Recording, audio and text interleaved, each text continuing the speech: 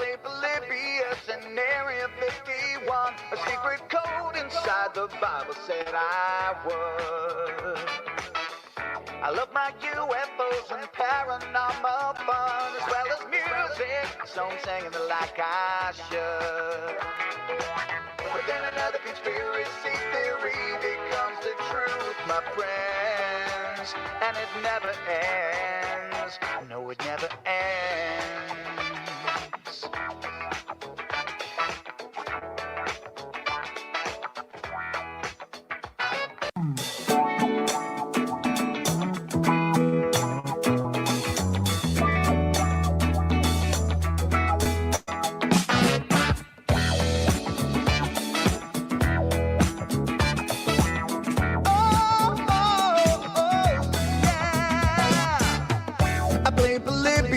In Area 51, a secret code inside the Bible said I would.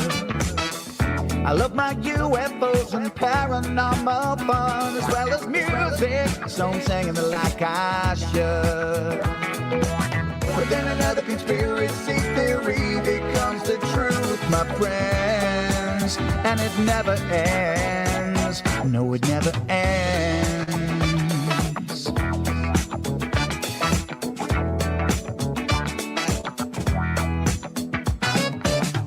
I feel the crap and got stuck inside Mel's home with MK Ultra. I'm being only too aware.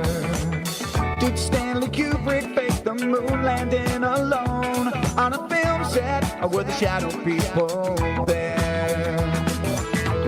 The Roswell aliens just fought the smiling man, I'm told, and his name was Cold. And I can't believe I'm dancing with the fish.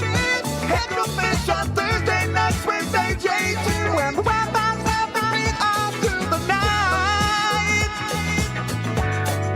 All I ever wanted was to just hear the truth, so the Wi-Fi's up the beat all through the night.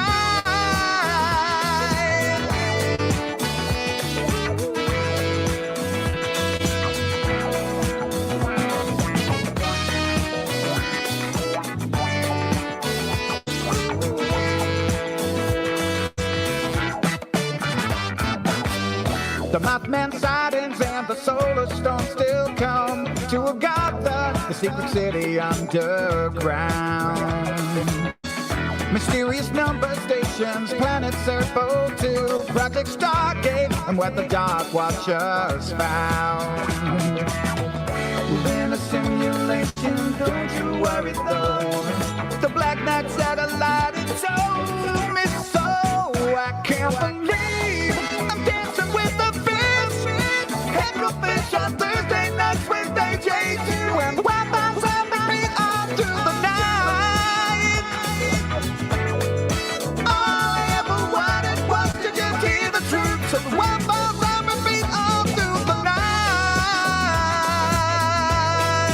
Head to fish on Thursday nights, Wednesday J2, and Wi-Fi's on the beat all through the night.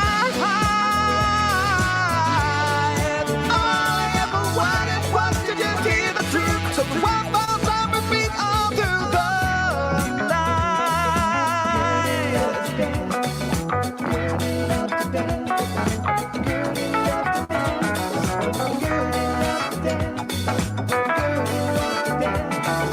Gertie loves to dance. Gertie loves to dance on the dance floor because she is a camel, and camels love to dance when the feeling is right. Always in time. Gertie loves to dance. Gertie loves to dance.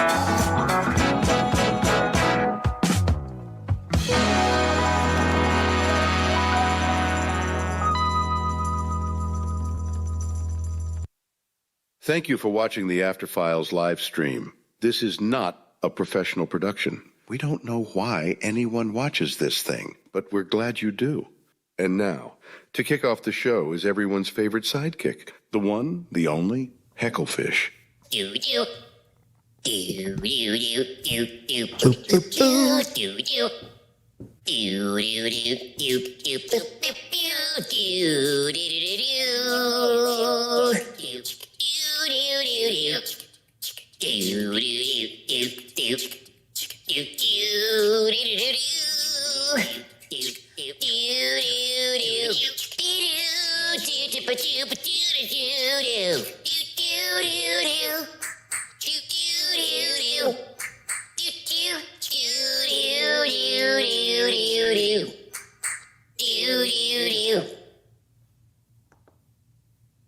All right, that's there.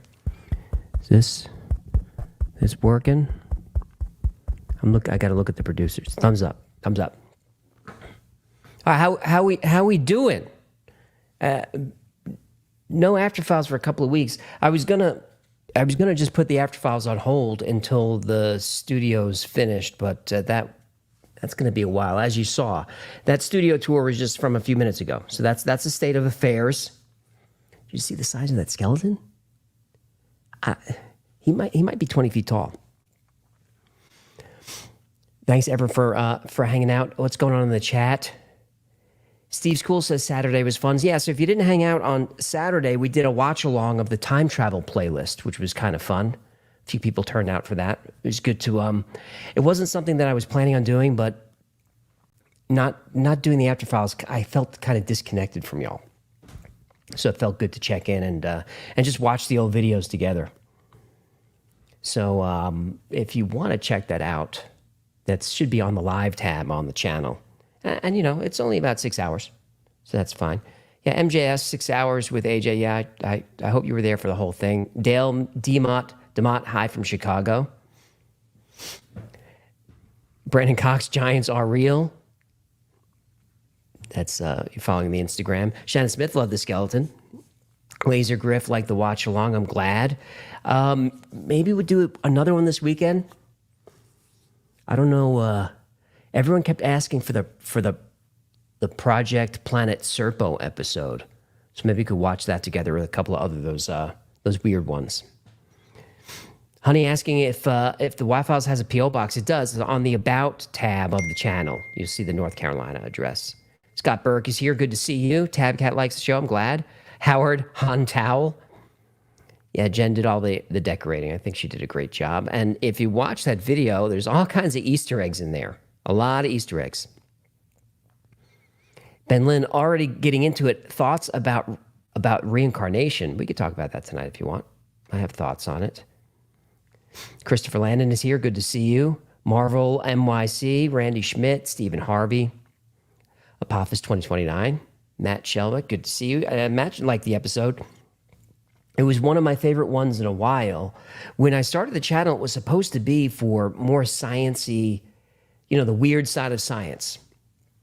But we sort of drifted into what we do. I'm not complaining, but I think we can mix these in once in a while. I mean, the simulation theory episode is still one of the best performing videos on the channel, so I think it's probably good to mix that stuff in. In a couple of weeks, we're covering the electric universe theory, which is kind of along the same lines.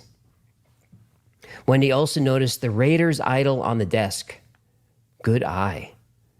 Good eye. Did anyone see the Maltese Falcon in there? Autumn says, AJ in geek mode is awesome. I think I'm kind of always in that mode. Dusty DiStefano, I love quantum physics. I do too. But that's why, Dusty, no one wants to talk to us at parties. You've noticed that? Tom liked it. Gavin, good to see you. Hey, John Pearson. Professor Chode. I'll just call you Professor. Legit Corp saw the Captain America shield. That's really, I think it's vibranium. It's definitely metal. It may be vibranium, not sure. I have to ask Jen if she paid for the vibranium upgrade. Melissa Sanger, did you quote Harry Potter? I didn't, unless you're talking to someone in the chat. Swimming Games, good to see you. Jelena Rowe is here. That guy's me. Captain America's shield. He's wondering, what's Captain America's shield for? It's for defending freedom, obviously. Wake Up Maggie says yes to reincarnation. I agree. Michael, vibranium is too expensive. With inflation, it's definitely outside of our budget at this point. Mr. Smith, Jaiku, Zach, good to see you. Williams here. Danny Ann, Jeff, Tone, Mike T, Eric Costner, Purposeful Porpoise, good to have you back. Purposeful says, my wife likes vibranium. Oh, I get it. I see what you did there. Captain Crunch and Bureau would be an interesting topic. Well, coming up very soon-ish is an episode where we're doing the Book of Enoch and the Anunnaki story as sort of a package episode. So I think you'll enjoy that one. I'm looking forward to that. Scott Boyd, hey AJ, are the UAP disclosure just a psyop? Scott, I've been torn on that. My instinct says yes. And I don't know if you saw NASA's statement this morning that they say there's no evidence that UAPs are extraterrestrial, but they're going to keep looking into it. Okay. So it feels like we're going around in circles with that. So I don't know if it's psyop. I want to believe, but David Grush is a military intelligence guy, and everything that he says is cleared through the Pentagon. So I'm not really sure. He has plenty of supporters, but he also has a lot of detractors. Some of them are pretty aggressive, calling him a pathological liar, and he's just kind of clout chasing. I'm not sure about that. If you're going to chase clout, do you want to be the UFO whistleblower guy? I don't know.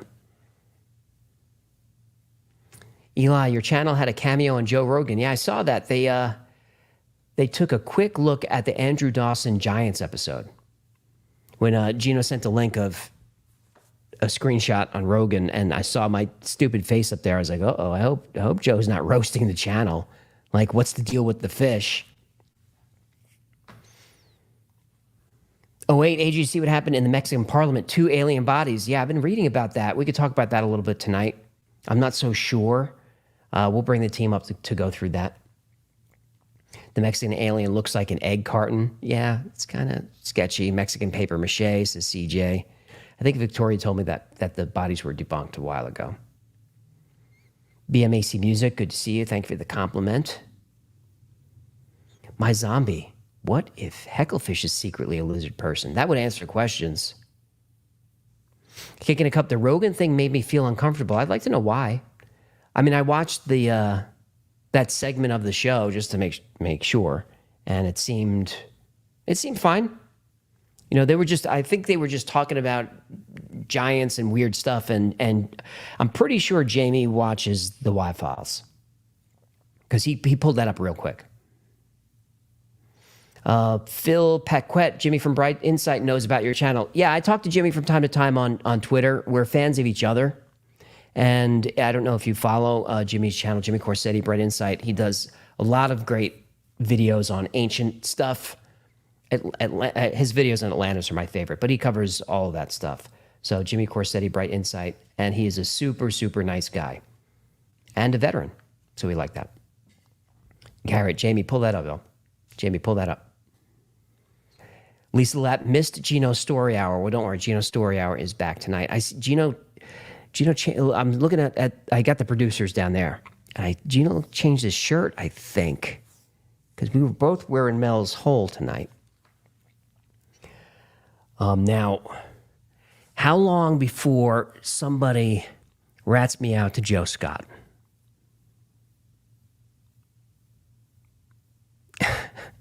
Jen saying no. Victoria saying 5 seconds.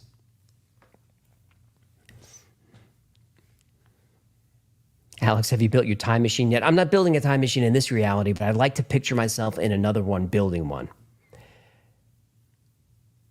2 Mel's holes, that's dangerous. Jamie Johnson, you're very welcome. Babylonia liked the Joe Scott bit. It was an homage. Cherry Dunnigan saying, "Who is Joe Scott?" Oh boy, I hope he's not watching that. If you don't know Joe, he's got a great channel. It's called Answers with Joe. He covers mostly mainstream stuff, mainstream science, but once in a while he drifts into the weird. But I've been a sub of his for a long time. I bet a lot of you are as well. Haunted Doll, someone already has, I'm sure. But, Victoria, we love Joe Scott. But I used his old set, so it's like, that set's retired. So it was more like, it was an homage. It was nostalgia. Nona says, my universe, my hole. I think we should put that on a coffee mug. Scorpano, watch your 20. I don't know, do we have any CB people in the watching tonight? I think we got the jargon pretty accurate. My dad was a CB guy, so we would kick around that lingo quite a bit. Pebble's asking for a Gino Story Hour T-shirt. I think. Let me look at that. Look at their faces. That might be coming. This reality will be the Kozarev mirror, says Darren. Could be right. John Edgeworth, Tony Danza. That joke made me laugh. But what made me howl was in the premiere chat, someone just typed, "Hold me closer." And that was it. And I lost it. Equity asking for friend thoughts on a 9/11 episode. Yeah, on YouTube, no. I will never do one of those. And that doesn't mean I don't have thoughts about it, because I do, especially on Tower 7. But YouTube would crush the channel if I did that. And so I keep things light here, as much as I can. So I stay away from stories where there's lots of death. I stay away from stories where YouTube demonetizes you. But the long form Y-Files podcast is launching soon. It's up there now. You can, if you want to watch or listen to the Y-Files on the road, you can get us on Spotify and Audible and Apple and all those places. But in a few weeks, we're going to take our episodes, our popular episodes we'll start with, that are usually 20, 30 minutes, and we'll expand those out into 60 or 90 minutes and kind of deep dive on the subject as a podcast. Because I cut so much from these episodes because I don't want them to run 40, 50, 60 minutes. But on the podcast, it's, the production is not as heavy of a lift because it's mostly just audio. I'm going to roll cameras anyway if you want to see that, but it's just going to be me in a room with a microphone. But so we can do deep dives there. But topics like 9/11, Epstein, some of those that you can't talk about on YouTube, we can do those on the podcast for sure. In fact, I asked Spotify, is it going to be okay? They're like, fine, as long as we're not talking about the real bad things, and you know what those things are.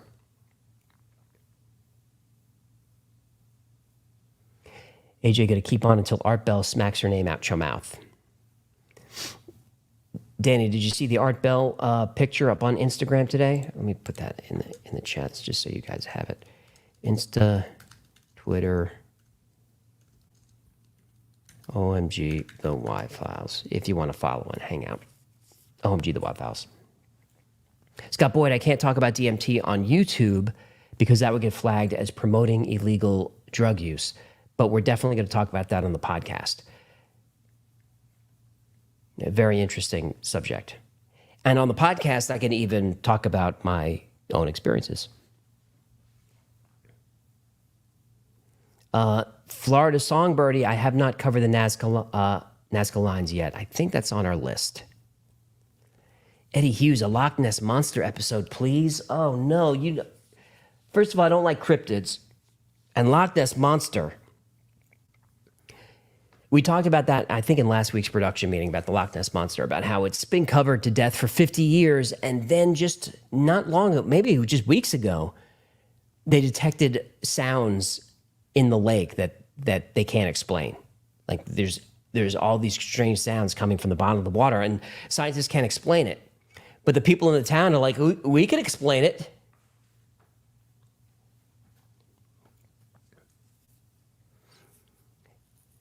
Jenny's excited for the Patreon exclusive content to start rolling out. ETA on that, Jenny, is going to be, it's just a matter of time. I was just starting to squeak ahead, and then I moved over into this new spot and then got behind again. So today's episode, I was editing right up until about lunchtime today, when normally I like to have those finished Wednesday or Tuesday. Lisa, yeah, AJ hates cryptids. I do, and it's not, it's because I can't find good evidence of cryptids. There's plenty of evidence, but I can't find good evidence of cryptids. But I like monsters, monster movies, monster stuff. I like that stuff. Luke's excited for the podcast. I hope you check it out. Jake, are there any cryptids that you do want to cover? They were asking me that in the production meeting too, because I was whining. Because we have to do them. We have to do them. Cryptids have to be in the mix because people want to see it. Miss Cherry Lynn, is Bigfoot okay to cover? Oh, you're killing me. You're killing me. We'll probably do... I like the Chupacabra story. I think we're going to cover the Montauk Monster. Montauk Monster may come up this week in this week's episode a little bit. I'm thinking because there's those great pictures of the Montauk Monster. Let me see if any of those are handy.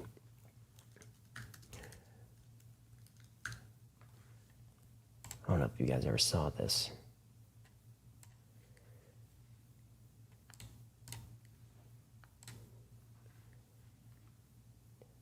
Oh, safe search and blurring is on. I don't need that. I don't need you to. No, show me everything. Show me everything, Google. There we go. All right, can you see that? Yeah, there's the Montauk Monster. Just washed up on the shore, 15 feet from where the Montauk Project happens. So here it is. And part of the speculation is it was something that was on Plum Island, and that's the episode that's coming up, is Plum Island and the secrets that happen there, and the medical experiments and all the weird stuff that happens on Plum Island. So that's coming up this week. I would be remiss if I didn't tell you that that the T-shirts are up. Every week, every episode gets its own T-shirt. Courtesy of SMK, aka Rob, the official artist of the Y-Files. So this is, I guess, that's Many Worlds. All right, so this I see what he did. We've got a hecklefish and then a dead hecklefish. So I guess he's in the Schrodinger box. And I think that's vodka. Can't really tell. So those are available on shop.theyfiles.com. If you'd like to grab some of that stuff and support the channel, we'd appreciate it. Every little bit helps. New York Native 61, do the Montauk Project. I did cover that. New York Native. I covered that one in detail. Mostly well, I actually don't want to spoil it for you. But yeah, but that's on the channel. Mischief says yes, it's vodka. All right. That makes sense. Rob doesn't miss much. Bare Arms, More Dark Side of the Moon confirms aliens if some is true. Another Moon episode is on the way. We're going to be covering the structures that have allegedly been found. Scorpwana Agent O. Hecklefish says, you are the one in the bowl.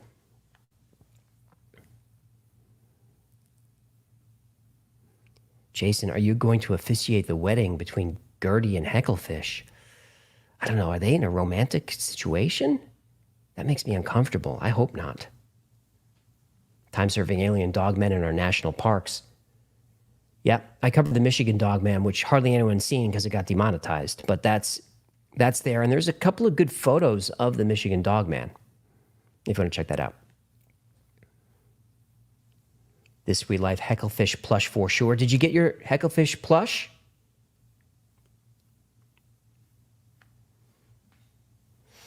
Noah's Ark in Turkey with their visitor center, discovered by Ron Wyatt. Yep, Noah's Ark episode is coming up. What's going on in Super Chats? Mike and Murph, for $10, I just want to be the first to drop a tip in your jar. Well, I appreciate that, Mike. Mike and Murph, very reliable patron. And Quantum Sledgehammer kicking it off with $50.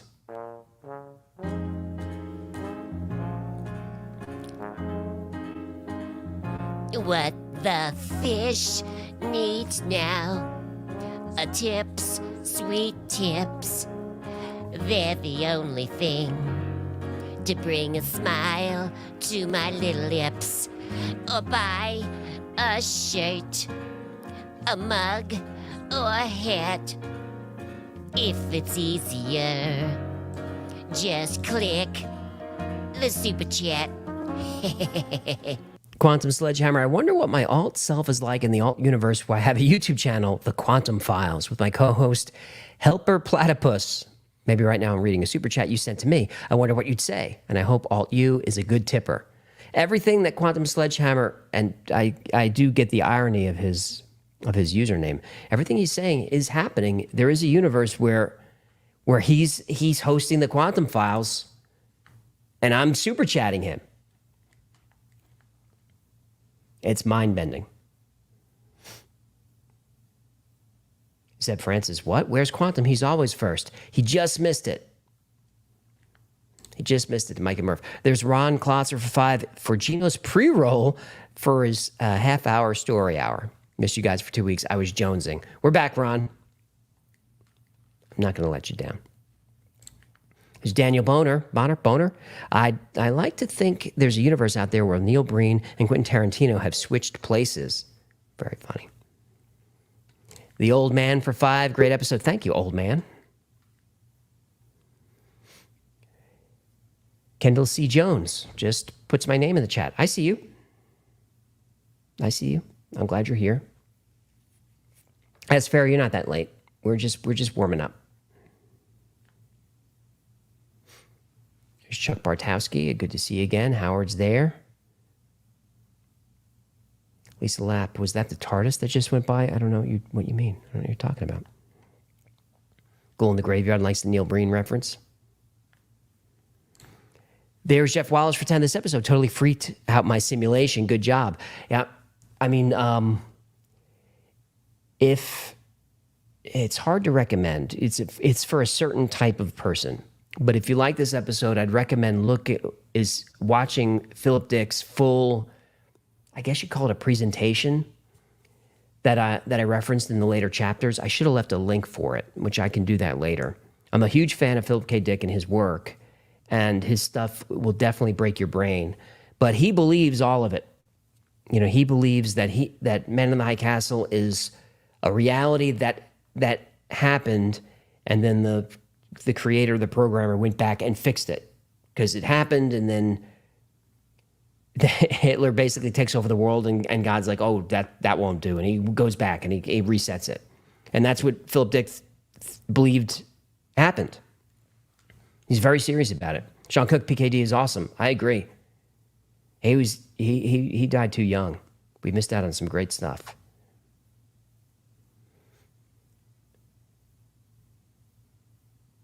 Anthony Rafferty, thoughts on the ISS coming down in 2030 and the next step about our space plan is next up. I don't know what happens after that. You know, NASA's been so disappointing for so long. I'd like to see the private sector, you know, whether it's Elon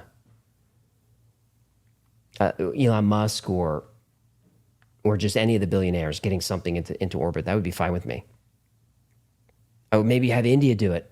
I mean, they can land satellites on the moon for like $85. Have them put something in orbit.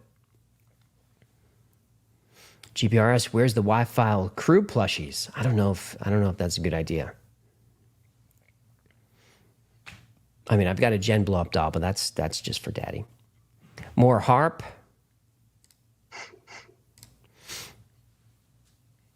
I covered harp, if you want to check that out. John Lennon, does YouTube take money from the super chats? Oh, yes. YouTube takes about half of it. That's why I'm on here, you know, talking about grab a t-shirt. You want to support the channel, Patreon is probably the best way to support the channel. You can become a member for $3 a month, up to as high as you want. But you get perks with that. So you get early access to the fun products like the Hecklefish plushie, the weekly t-shirts that go with the episode. Those are limited edition, and then they drop off the store. But Patreon members have access to all the old stuff. And plus you get 2 extra live streams that are just for Patreon members. And one of those is before the premiere on Thursday nights, and then we'll do another one tomorrow morning, Friday mornings. And you know how the chat gets crazy in here sometimes because there's 9,000 people or whatever. In the Patreon chats, there's just a few of us, and everyone's camera's on. So you get to meet the whole crew, talk to everybody. Reckless Conduct, you're not going to get a Vicky plushie. I'm sorry, we can't. That's not going to happen. But it doesn't hurt to ask her.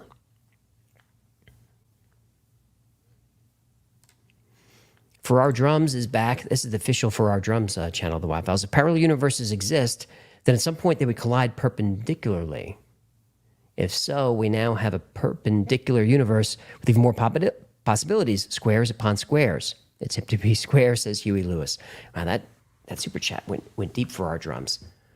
Yeah, so I just wanted to talk about the many worlds theory tonight, but there's the 4 levels of multiverses. I'll see if I can remember them. One is that the space universe, the universe means one. And when we talk about multiple universes, it kind of doesn't make sense. But the big universe is extremely big, infinite. There's no end. So if that's true, then universes like ours pop up from time to time, and just mathematically, one will emerge that's just like ours, another one will emerge that's just like ours with a little difference, right down to the molecular level.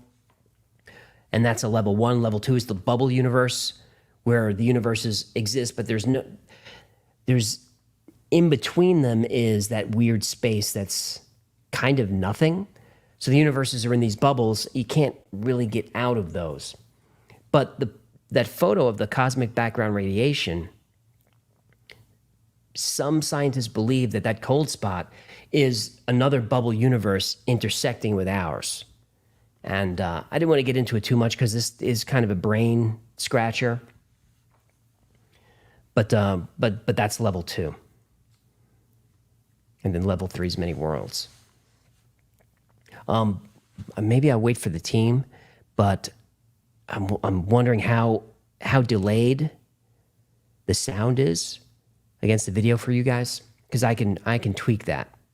But maybe I'll wait for the team to come up so I can. Jen says thumbs up. I'm looking at my own feed and it looks delayed.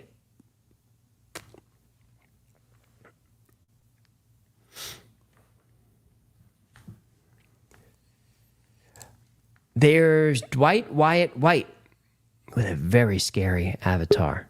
Heck of a segment where he roasts viewers' selfies win. I think that would be funny, but I don't want to hurt anyone's feelings, Dwight. You know, maybe if people submitted them knowing he was going to roast them, that would be okay. But I don't want to pick them randomly and hurt anyone's feelings. There's Jeffrey. Greetings, programs. Absolutely great episode tonight. Thanks, Jeffrey. Yeah, we're just all Ascension programs. Good sync in Australia, says Gordon. All right, that's good. That's good. Let's look at the other screen. Because I don't know, did I even tell you guys? I probably didn't. So I'm in the new space, as you could probably tell. I tried to make it look sort of like how I was in the warehouse. I'm close. But also, a new computer is set up. So we're kind of figuring out as we go along, because this is not a professional. So unprofessional. This isn't a live stream. This is a circus. I know. Sybil says, I would send you my pick to roast. All right, maybe this is a thing that we'll do. Could someone jot that on the notebook? Roasting. Victoria throws the hand up. She's got it. Edward, where is Mrs. Y-Files? Patience, Edward. She's coming. She's coming. I just want to say hello to you guys first. Jay Canuck says, roasting people's selfies is an e-girl thing. Very vapid. If that's true, then I don't want to do it. We don't want to do the e-girl thing. Maybe we try it on Patreon and see if people enjoy it. Professor Cochran, where's Hecklefish? He's here. He's hanging out.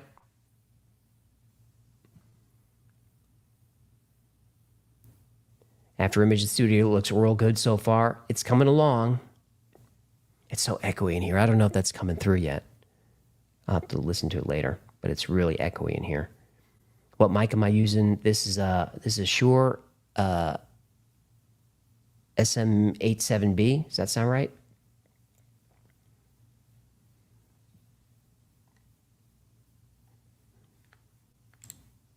Who else is here? Johnny Shabazz is back. Question for Gino. Well, AJ has given sensible explanations for why some topics can't be covered on YouTube. What is the one topic you wish you could show on Y-Files without reprisal? I'll hold that. I will hold that, Johnny, for when Gino's up here. Danielle, it's cool to think that in one reality that I'm tall, thin, and beautiful, and in another I might be a toad. Or a third where I'm a tall, thin toad. Or here where I'm none of the above. Yep. we tend to think of those universes where we're awesome, right? And there's so many where we would cross over and be like, oof, I'm going home. I'm out. Like the clip from Counterpart, I don't know, I feel like that's a show that didn't catch on, but that was a great show. That's J.K. Simmons and his counterpart on the other side, and then, the adventures that ensue. It was a great show.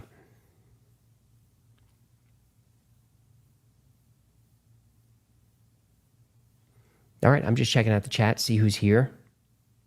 Lindsay Mark is here, Brash Fink is here. Counterpart, gives it a counterpart a thumbs up. Tim F liked it. Antoinette liked it. All right, so I'm glad that you liked it. Mary Maya loved Fringe. Me too. I was a huge Fringe fan. John Noble, really, really amazing in Fringe as Walter. But I'm going to be honest about Fringe and definitely Star Trek. I'm just not a huge mirror universe fan when it feels kind of shallow. Like Star Trek, I don't like the mirror universe in any of the Star Treks. It just feels a little shallow. Counterpart, I think, did a nice job with it because it felt real on the other side. Music Gizmo Sliders, of course, classic.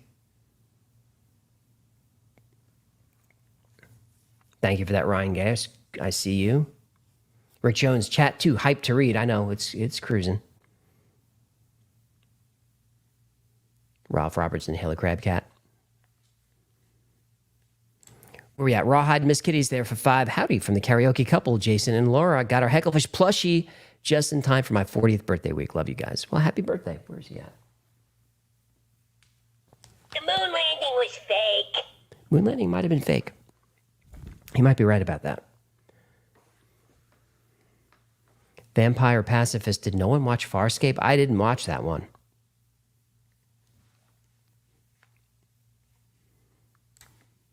James Hopkins, thank you for the 25. Thursday night, way back in the day, was Cheers and Seinfeld. You guys are better. I don't know about that, but Cheers and Seinfeld.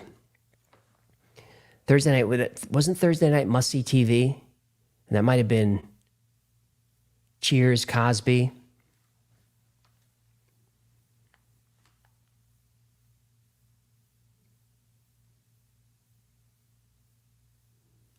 Tim F. AJ, have people send donations through Streamlabs. It circumvents YouTube from taking half your super chat money.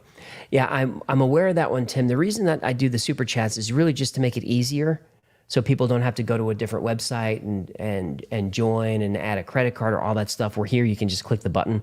Yeah, YouTube takes a chunk of the money, but I just try to make it easier. And I don't like the idea of having so many different ways of taking money from everybody. Like my YouTube reps, and I've had a few of them at this point, all they want to do is talk me into turning memberships on, which maybe I'll do at some point. But at this point, it feels like there's so many ways to support the channel that how many ways do I have to take money? I start to feel a little bit, I don't know, scummy after a while. Maybe I'm wrong. I know plenty of channels do it. Certainly for people that want to support a creator but don't like YouTube and Google, I get that too. I understand.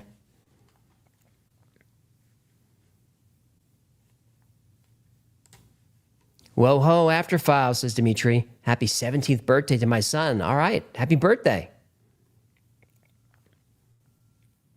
I mean, Dimitri, if you send us his name, Jen will sing for him. He's got a lovely singing voice. Heather says the new studio is looking amazing. Keep being your awesome selves. We appreciate you and all your efforts to entertain us. Well, I'm glad you're out there.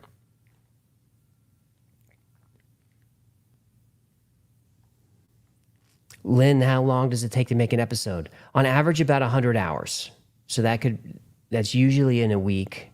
Sometimes it might be a week and a half, but it's usually about 100 hours or so. Sarah Bell, happy 90th to my grandma. All right, happy birthday, G-Ma.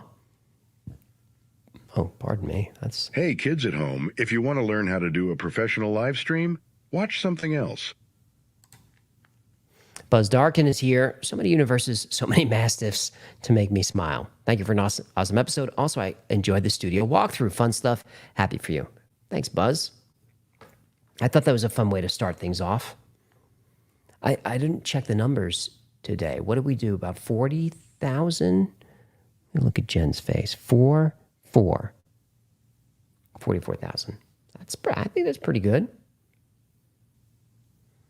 Snoopers, 100 hours, including research? Sometimes.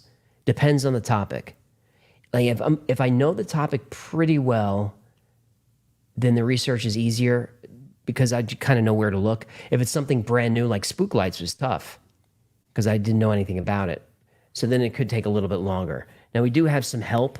We've got researchers and writers that are pitching in, but even if someone else is researching and even just writing an outline, I like to research as much as I can just so I know what I'm talking about. So I'm not just reading words. F in the chat is back for 5. If you find yourself in the back rooms, AJ will say, "Who let you in my office?" I guess it kind of looked like the back rooms over there, didn't it? We're still putting it together. There's Chance Maybe. Thank you for the 10. Damn, can I work there, please? Here's $10. Should buy you 2 seconds of electricity for that huge and awesome studio. Yeah, the electric bill ain't cheap. Especially Vegas keeping it cool. It's not cheap. That's why the After Files is back. Right, Chance Maybe? We got bills to pay. Dirthead, thank you for the 10. Great episode. My brain itches too. Hecklefish. Cheese it? I didn't know that one. Honestly, I didn't know that one. I felt like I knew most of the common Mandela effects, and I didn't cover the Berenstain Bears and all that because we hear those all the time in every YouTube video. The Cheez It was one that was new to me for this episode. I was like, really? No S, huh? It was funny seeing the premiere chat. I think the one Mandela effect that drives people crazy is Jiffy peanut butter. There were people in the chat fighting about it, insisting that Jiffy peanut butter was a real thing. But it's not. Kelvington says the Queen one is wrong, by the way. That's what they say. Sometimes they're hard to accept. Unknown Jif. Yeah, Jif and Skippy, and I guess we just combine those. Parabiology, Cheez-Its had a Z on the end. Okay. And in some universe, it probably did. Mr. Pickles reminding us that 44,000 is a full stadium. That's a good point. That's a good point. I wasn't super disappointed, Mr. Pickles, but when you hit a record, you kind of want to get close to that record every time. But 60,000 people in live premiere, that's a lot. Morana Valdez is here, and she loved the episode. Quantum physics is simply fascinating. I agree. This video made think of the biocentricity theory, consciousness, stargates, on and on. Oh, you got to write that down. I like where your mind's at. Yep, there it is. Too much to talk about in a super chat, though. LOL. Thank you for your work. I wrote it down, Morana. Great idea. Kiki JD's there for 10. Great show as always. You never disappoint. Well, I appreciate that. Some of they're gonna disappoint from time to time. It's just it's the law of averages. But I'm glad that you enjoyed tonight's. Toy Painter 1 for 10. Bigfoot saw me, but no one believes him. I see what you did there. D. Adam says no. People are confusing it with Jiffy Pop popcorn. That could be true also.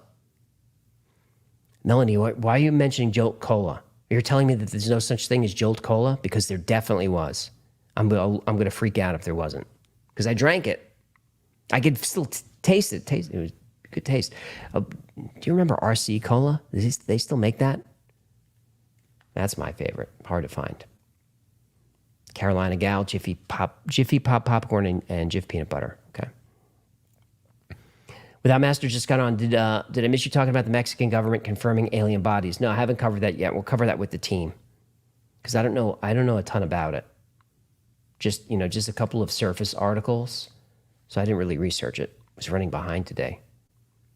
No one likes RC. Yeah, but we're gonna get it.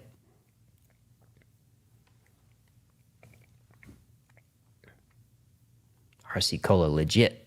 Agreed.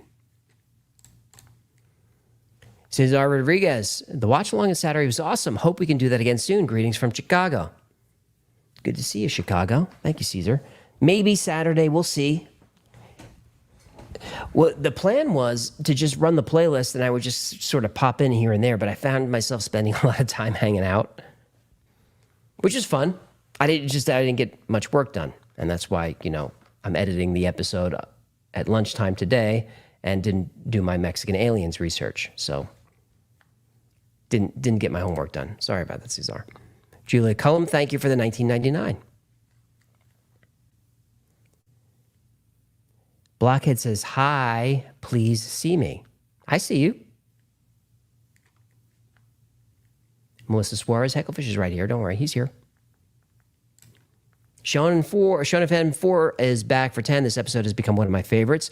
Love the mention of the underrated Fringe TV series. Point me to the wormhole to the parallel universe where X-Files and Millennium never got canceled. Yep. And Firefly, right? Yeah, Fringe definitely underrated. Tim Jett, remember Tab Cola? Of course. The pink cans. I can still taste that one too, and it's not delicious.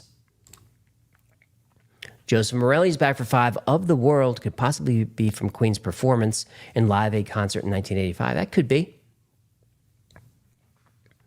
That could be. After Image liked Fringe.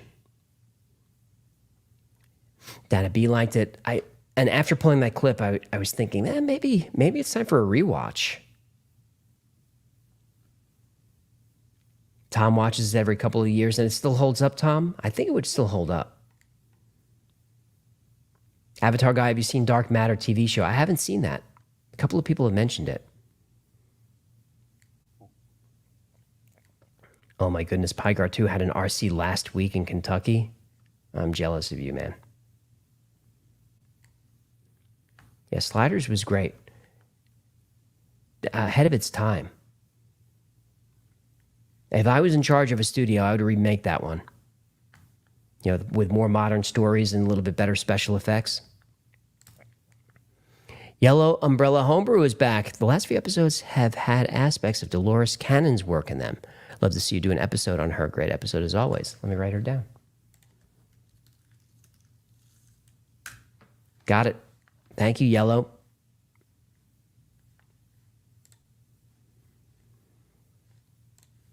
Dirt and Rocks is there. Awesome episode as always. Thank you for all you do. Well, thank you for supporting Dirt and Rocks, and thanks to everyone super chatting tonight. It really does help. New Patreon members, welcome. Hope to see you tomorrow morning for the private live stream. Don't screen record those. That's just for us. Don't share those. Clocks. AJ, remember when Doritos came with sauces and tops? I don't remember that.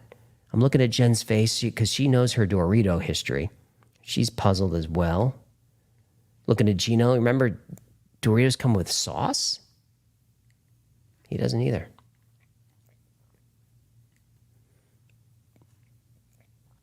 German TV show Dark was fantastic. I started that one. I liked it, but I bailed out of it. I don't remember why. Kaylee loves the glasses. Yeah, they're just Amazon glasses. There's nothing fancy about them. They're like, I don't know, 15, 20 bucks. Magnification so I can read you, and then the amber lens so I'm not blinded by the key light here. Finn Mertens 3D Doritos were the bomb. I don't remember those. Yeah, Chadwick, Doritos Mandela effect. Daniel asking Ed McMahon's Mandela effect. I think that's the one where Ed McMahon never worked for Publishers Clearinghouse. Like that was never a thing. And that's a hard one to accept. Avatar Guy, has Jen tried Mexican Coca-Cola? She has, because when I make carnitas at home, I use real Mexican Coke in the recipe because it's full of real sugar. But she's a Diet Coke addict, so that's too sweet for her. But Mexican Coke is in the house from time to time. Starship says, man, the High Castle is amazing. I agree. The story is better. I actually bailed out of the series in the middle of season 2, Maybe I'll go back to it. Since we're in the quantum mode now, maybe we'll go back to it. Crest de Leon, longtime watcher, first time tipper. Love what you do. Keep up the great content. Well, thanks for your support, man. And looking very dapper in your avatar pic, I might say. Doug Sims, thank you for that very generous super chat. That does help. Coke Zero with cherry, Virgo99. That was pretty good. I don't know if they still make the Coke with vanilla, but I like that one. Johnny Scythe, giveaway time. No, not just yet. We're coming close, though. We're almost up to giveaways, and we're almost ready to bring the team up. Almost ready for Gino's Story Hour. I just wanted to check in real quick and say hello. Delphi, who remembers the braces on the girl in Moonraker? I could swear she has braces. Delphi, that's the one that really gets me. Because when Gino and I were talking about Mandela effects, and he's hitting me with them, the Berenstain and all that, and none of them landed. Like, I remembered everything the way it is. I guess I'm grounded in this universe. So I figured, it's just people, they don't know their trivia. But then he hit me with, he goes, so at the end of Moonraker, when the girl comes out, Dolly, of course I know her name is Dolly, and Jaws is there, and she comes out. Was she wearing braces? Of course she was wearing braces. It's the only way the joke works. Then he said that she wasn't, and my mind was blown. And ever since then, I pumped the brakes on my cockiness with the Mandela effects. Because Cheez-Its got me too. And I know that Jiffy peanut butter is not a thing, but my brain likes the sound of it. And same with the Monopoly guy with the monocle. Like, if you told me that he had a monocle, I totally believe you. The Fruit of the Loom logo without the cornucopia, a.k.a. basket, is what Hecklefish would call it. I always felt like it had a cornucopia, but it does not. It's just fruits. And Soto's glad that we're back. It's good to see you. Small Town Girl Genome Story Hour t-shirt. Okay, we could do that. Wayne Apparent also remembers the braces on the girl. Of course. Otherwise, the joke isn't funny. But I think it might have been the Simulation Theory episode where I showed the clip of her with and without the braces. Someone added them in, and it looks right with the braces in. But it was such it was a Mandela effect that drove so many people nuts that they went back to the archives and pulled the film. They pulled the actual film just to prove that she had no braces. Gabby says braces 100%. I feel it too.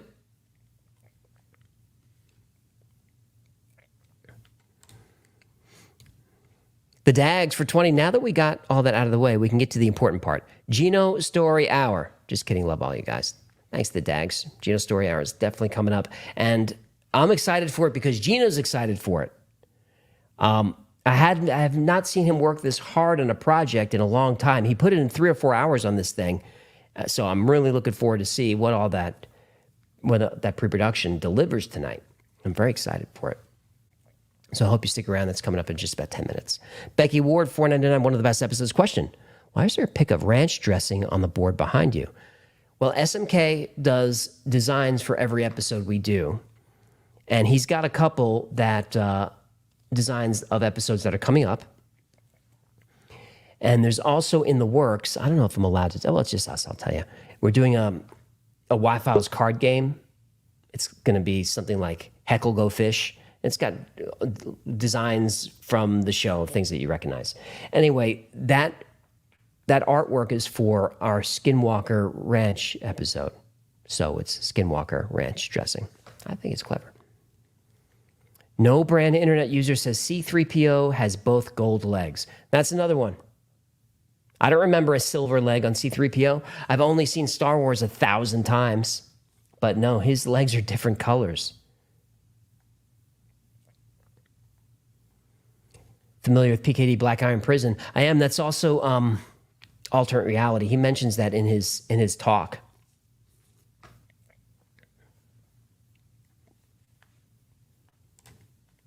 There's Captain CB. Great up. AJ and team, please give a shout out to my wife, Sarah. It's her birthday today. Happy birthday, Sarah. And I guess this is your birthday gift. Some idiot on YouTube says happy birthday to you. And now he's off the hook. I like your avatar cap. There's Mark Petrie. Thank you for the 20. Elizabeth T. Thank you for the compliment. I'm glad you're here. Ian Moore. Lego C-3PO does have 2 gold legs. All right, hang on. Hang on a second. Is that true?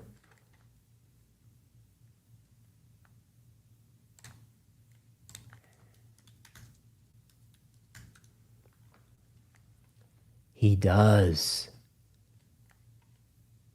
Look at that. Lego C-3PO has gold legs. Not this one. Not that one.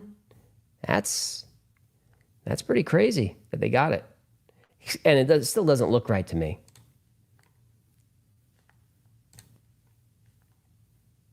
Yeah, there it is. That doesn't look right.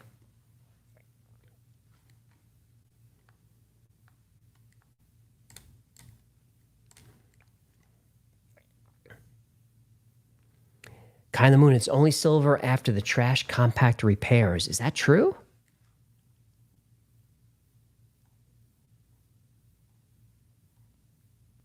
I'm scrolling to see. That's a good point. I have to look into that now. The New Hope 3PO has 1 silver shin. Yep. Vanilla Gorilla, cool studio tour, but where's the gym? Not with this team. No gym here with this team. There's a kitchen. We got food, but we don't got no workout gear. Oh, she's insulted by... Oh, and Victoria doesn't like that either. Let me... So, you ladies, if we put in a gym there, you would, come in early and do your workouts? Jen says, yeah, they would. Okay. Mm-hmm. One day. One time they would do it. One time.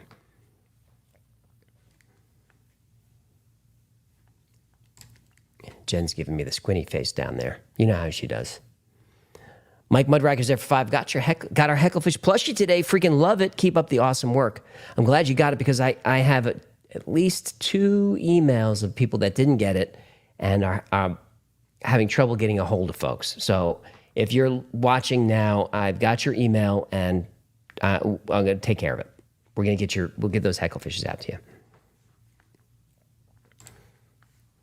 Pete Brody, thank you for the £5, right? I must be living under a rock. Can you guys tell me what's happened with Mexico and these alien bodies? That's coming up. We're going to kind of learn it together. Because I haven't tracked it too much besides the headlines.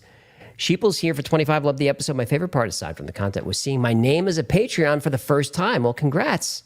Yeah, so when you're a Patreon member, which is a great way to support the channel, by the way, for as little as $3 a month, you get access. You get a lot of great stuff. And we get to keep most of the money. And Victoria likes shoes, Jen likes bags, so we got to make sure that they're happy. But you also get your name in the credits, which is kind of fun to see. And if you buy some gear, like a T-shirt or whatever, if you're just out in the world, have someone take your picture and email it to me, and then we'll put that at the end of every episode as well. And what you can do is, I'm trying to find it. There we go. You can email it to me or go to thewifiles.com and click on the Wi-Files in the wild, and then you could, yeah, it works. Sometimes it doesn't work. And then we'll get your picture here in the credits. A couple came through today that were bananas. I mean, Jen, did you see the baby with the tinfoil hat on and the Hecklefish toy? Couldn't even take it. But now I want to show it to you. It's going to be at the bottom. Is there anyone here who's seeing their picture scroll by?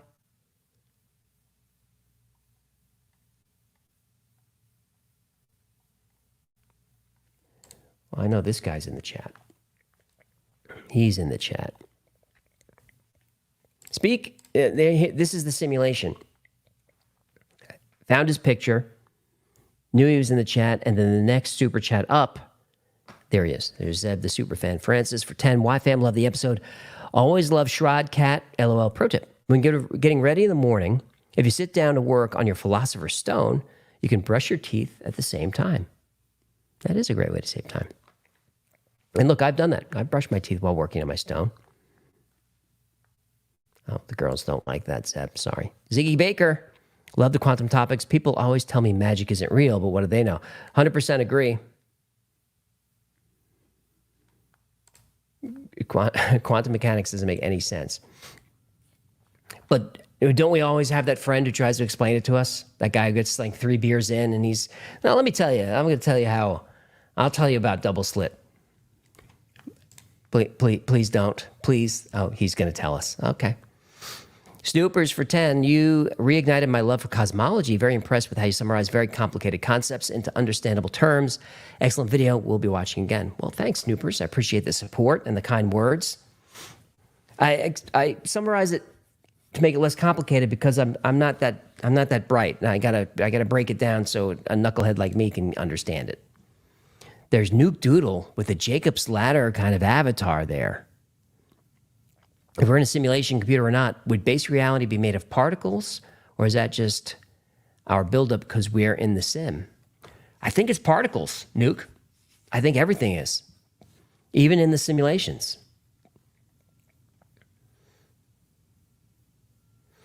Okay, so Cap says, oh, pardon me. I just checked copy of the original theatrical version of Star Wars, and 238 in, you can see 3PO has 2 colored legs. Yep. Michael, I have not seen The Muffin Man. Tyler Rome says 10K. Yeah, there we are.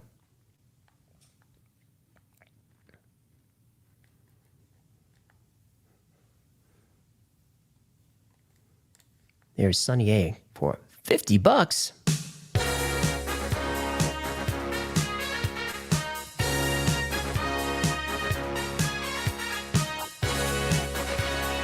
Uno, dos, tres, cuatro. Human, I want you to know I said human.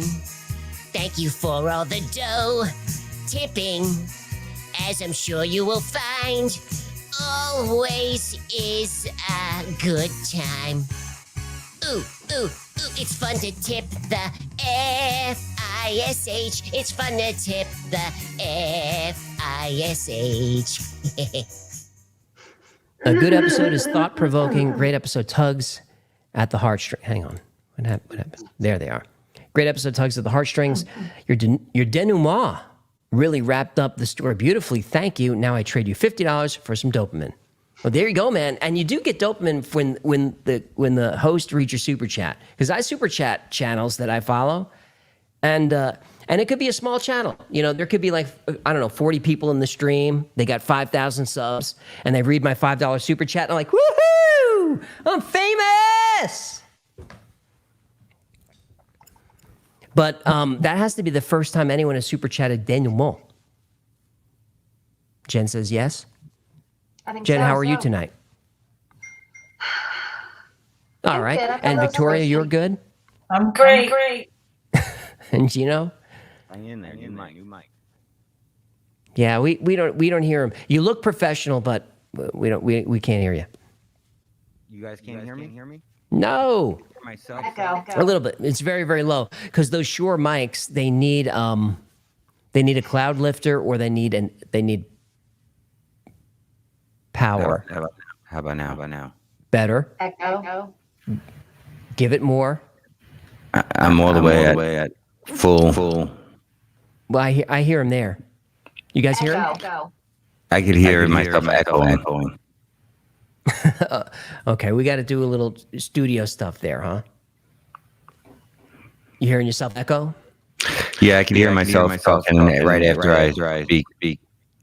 I echo too. You're not going to be able to do Gino Story Hour with those headphones on then, because that'll drive your brain nuts. All right, let me see if I can get one of the guys. Okay, there he goes. I'm echoing too, though. You're echoing as well? So is Victoria. You think this passes for a live stream? Think again. But it's not. But AJ's not. It could be our setup.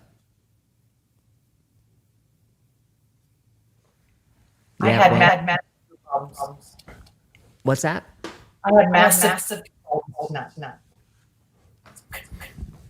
We're all echoing. Well, we'll take a tech break in just a second. Katie for 5, highlight of everyone's day. Are you guys able to give your day highlights with the echo? I am. Ankle slippers. What are those? Ankle slippers. So when are those going to be available? Waiting for the pre-sale.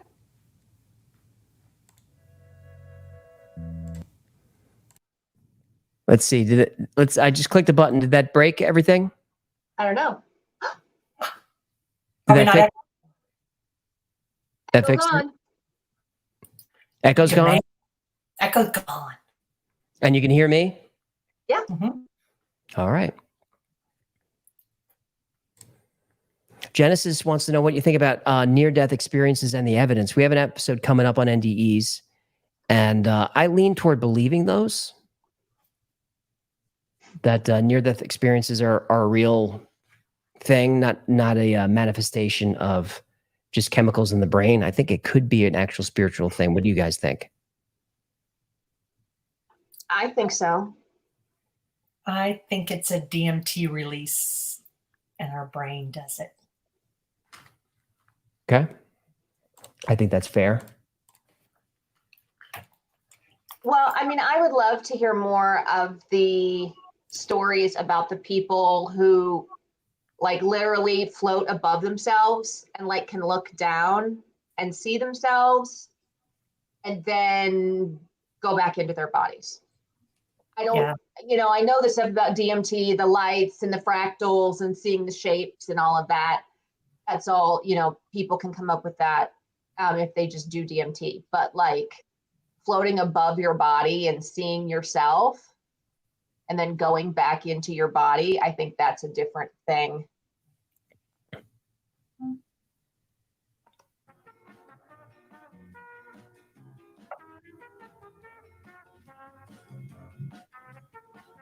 Is it time for a giveaway? It is. All right, what's the word? Milk Duds, says Joey. Poetic Poem says NDE. Multiverse, Internet Overdose says Multiverse. Overdose is Josh Gay. Did you know Gambit. that's on your board, that there's one of those on your board at the bottom is one of those things that Nathan made that says, "Is Josh gay?" ? Why is he wondering that? Donate Media wants it to be Cheez-Its. Whoa, AJ is super loud. How about that? Better? That's good. You might be a little low now. Can you guys hear me? We got Yep. you. Oh, Itchy great. brain. Oh boy, it's live stream amateur hour again. There's a few extra Mandela effects I want to mention when we get a chance here that you might not have thought about. I got one. Do Schrodinger's crab cat. Someone said Tony Danza. I think Tony Danza is pretty funny. Tony Dance is good. Schrodinger's crab cat's just hard to spell. It's hard to spell. All right, so here's how it works if you're new here. And if you are new here, this is what this is. This is not professional. We just do this. Just type Tony Danza into the chat, no space, just Tony Danza, one word. And in a minute or two, we will click the draw button and somebody is going to win. What did they get? A foot massage from Victoria? What do they win?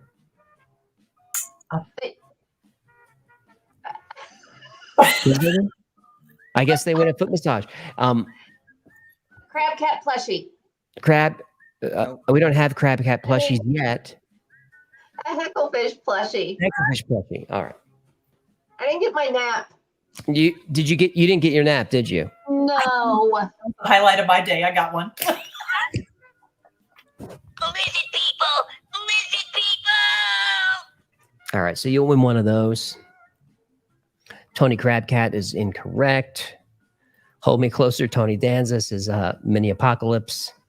Hold me closer, Tony Danza. Sparkly Pig for 5. Thank you for another awesome episode. The Wi-Fi Files and the Oddest J are the only two channels getting through my boredom and my heckle plushie. I don't think I know the Oddest J. Do you guys know that channel? Gino does. Yeah, they're good. Zach, do you think YouTube has ulterior motives to why they demonetize shadow ban certain topics other than money? Zach, I just think it's politics. This is the reason why. Can't go against the mainstream. Although, when you do, about 18 months later, you'll find out you were right all along. Great episode. You make my week, and everyone I know now watches your content. We agree yours is the most fair and balanced content on these topics because of your research and actual facts. Well, thanks, man. I don't know how to pronounce. Jen, can you pronounce his name for us? Yeah, nicely, Jen. I think that's Elon Musk's son. Yeah. Oh, that's what that is. Plus X12. I try to provide all angles, and if I can, and not let my opinions bleed in too much. And if there's something that I can't debunk, I just try to be honest and say, look, I can't find, this could be real. Jack Barnes, Tiny Nads is not going to work. Sorry. But they make a pill for that. No, they don't. Well, I hope they do, because I just sent Bitcoin to someone. Tobias Steiner's there for 10. Toby, Thursday nights are the best. Hecklefish, what'd I say? Kidding aside, tonight's episode was nerd-tastic. Thank you, AJ and Wi-Fi's fam. The premiere chat was overwhelmingly positive, but there were a few people who said, I don't understand, and just bye. Or it's too, I don't get it, and just clicked off. Just no more aliens. Bye. All right. Okay. Where's the dude 87? There he is. AJ, consider doing a live podcast where you read a live episode, stop and talk to the chat, then continue with the episode. I had never thought of that, dude, and it's a great idea. That would be a lot of fun to do, because we can do that maybe here, talk to the chat, and then just upload that to Spotify. All right, Jen did not get her nap. That's for sure. I'm dancing to the music you have playing in the background. You turned it off now. I did not. Yes, you did. Yes, you did. Demo, $50. Tippity doo da, tippity yay. My oh my, what a wonderful day. Plenty of money coming my way. Tippity doo da, tippity yay. New studio looks great. Quite the glow up. The 6-hour watch along was a nice surprise, but the clip at the very end had me questioning. Let me see if I can find that clip. You guys know what clip he's talking about, right? No. All right, hang on. I gotta turn my lappy on. Okay. I thought it was his computer at the end. Demo, I'll play that for you. And thank you for that generous tip. That really helped. Jen does need another bag.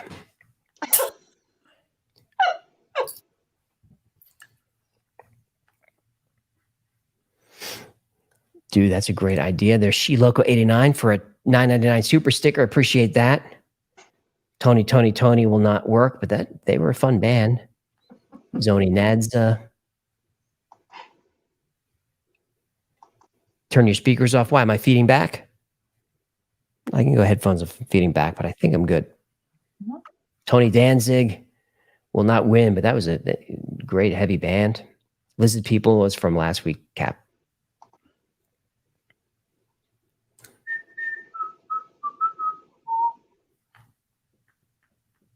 Sorry. Captain Log, stardate 10/09/46.44. The After Files live stream has proven itself once again to be extremely unprofessional. I don't remember that lesson in broadcast school, and they taught us about whistling during the show. I have to look back over my doc.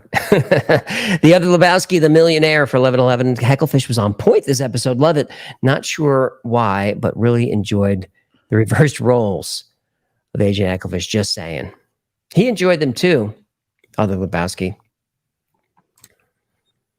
Walking, talking, Stephen Hawking.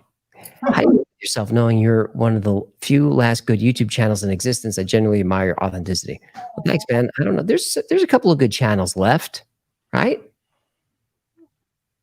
I mean, I'm sure if we got our heads together, we can come up with a couple.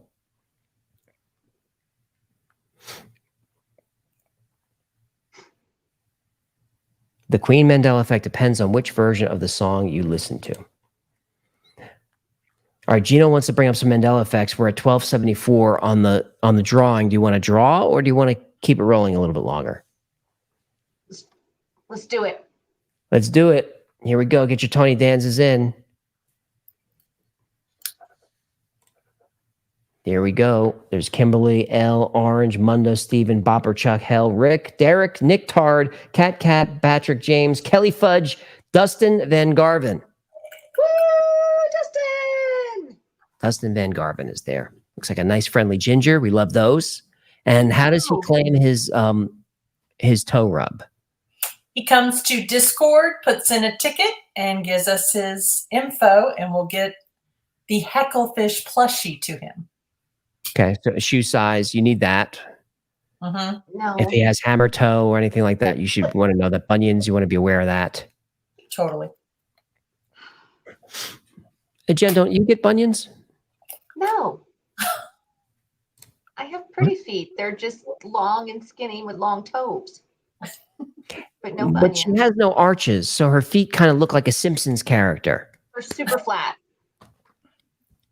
When Yeah. I walk around the house with my shoes off, he's like, "Are you slapping the floor? Like, what are you doing?"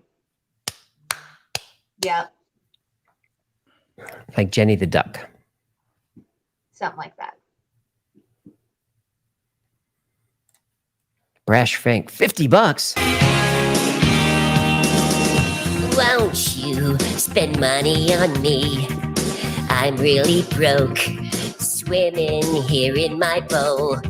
I have to pay 3 ex-wives, spousal support for the rest of their lives. Those hobbies, lawyers, they cost me a ton. I think they're bleeding me just 'cause it's fun, baby. Guppies, take all of my dough. Now 2 need braces, here comes Skid Row, baby. Won't you consider tipping? Won't you consider tipping? Only my third live stream, usually Thursdays, is my RPG night, and I'm Game Master. Gen X and Nerd Strong, years on YouTube. This is the only channel I'm fanatical for watching. Keep up the great work, folks. Thanks, Brash, but don't miss your RPG. You're Game Master. You just have 6 nerds sitting around a table not knowing where you at. They don't know what to do without you there. The chat thinks Jen may have alien toes. Maybe her DNA.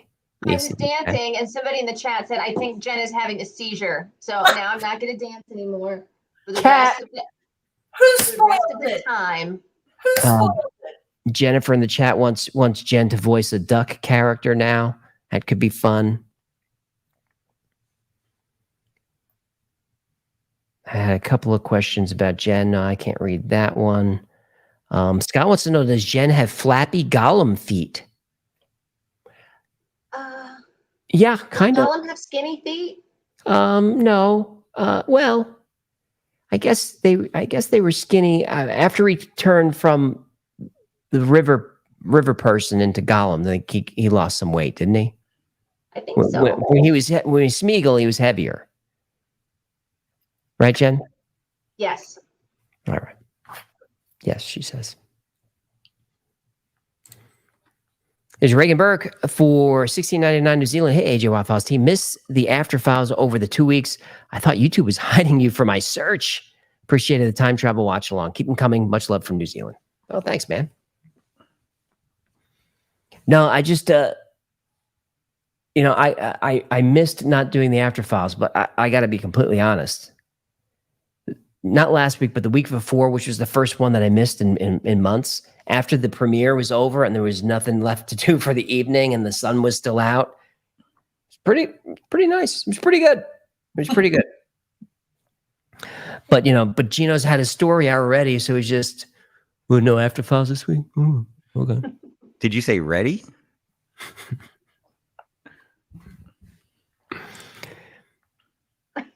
Ron Klosser says, funny thing about tonight's episode, I think I've seen it before.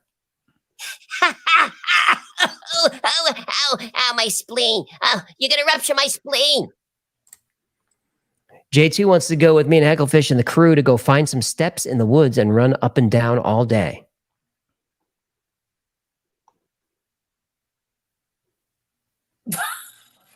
I mean, Jen can't handle too many steps with those feet.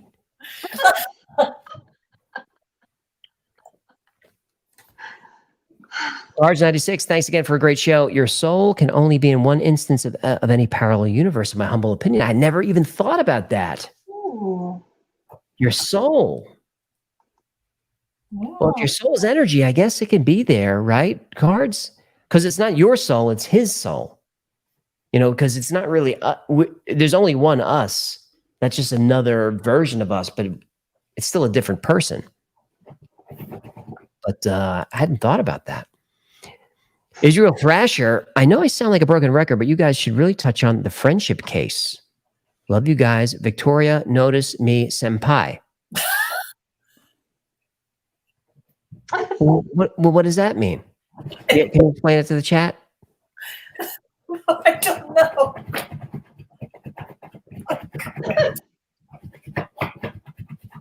I don't know. Live stream is so unprofessional. Really, what are you even doing? All right. Well, that didn't clear that up for me. Stop talking. Don M reminding the chat that Brie Larson has mutant toes. I didn't know that. I haven't checked Wiki Feet in a while, so I haven't seen her page on them. Steven, notice me, senpai. So weird.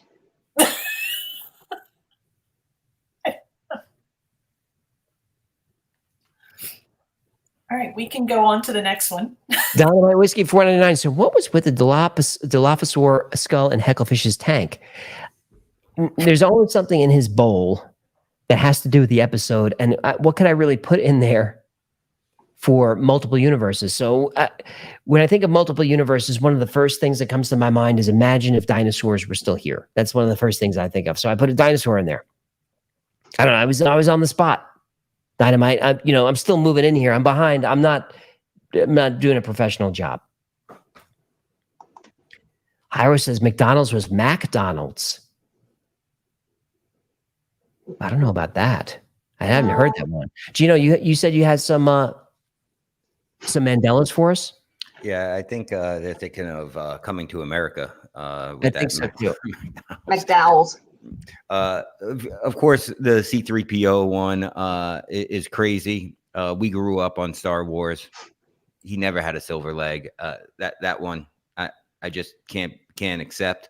But there's a few others that I feel like I can't accept either. When we were kids, we grew up. The most famous painting in the world was the Mona Lisa.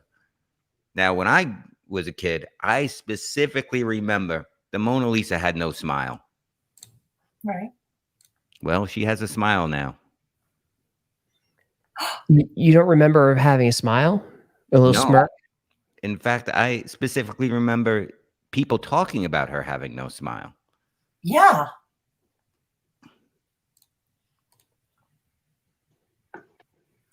Okay, that's freaking me out a little. I never knew that one. Because I feel like one I hadn't heard. kind of winking at you, going like, "This is me, yo. This is me." Like, I'm in drag right now, right? I have heard that theory. Right. Danny Stormborn says, "I can explain that, Gino." Oh, All right. All right, come on up. Come up, Danny. Is Danny? Is she a Patreon member? no, she's a long time supporter. She's been around since I mean, we were under 10,000. I remember her. I just No, she's not a patron. well, Danny, you should jump on there because, well, first of all, we'd love to have your money, but second of all, then you can participate in the streams. And actually, now that I think of it, she doesn't have to pay any money. She can tell Gino her story. She could just get on voice chat, right? You don't have to be a member for that. Nope, Right. just come on down. Come on down to Discord.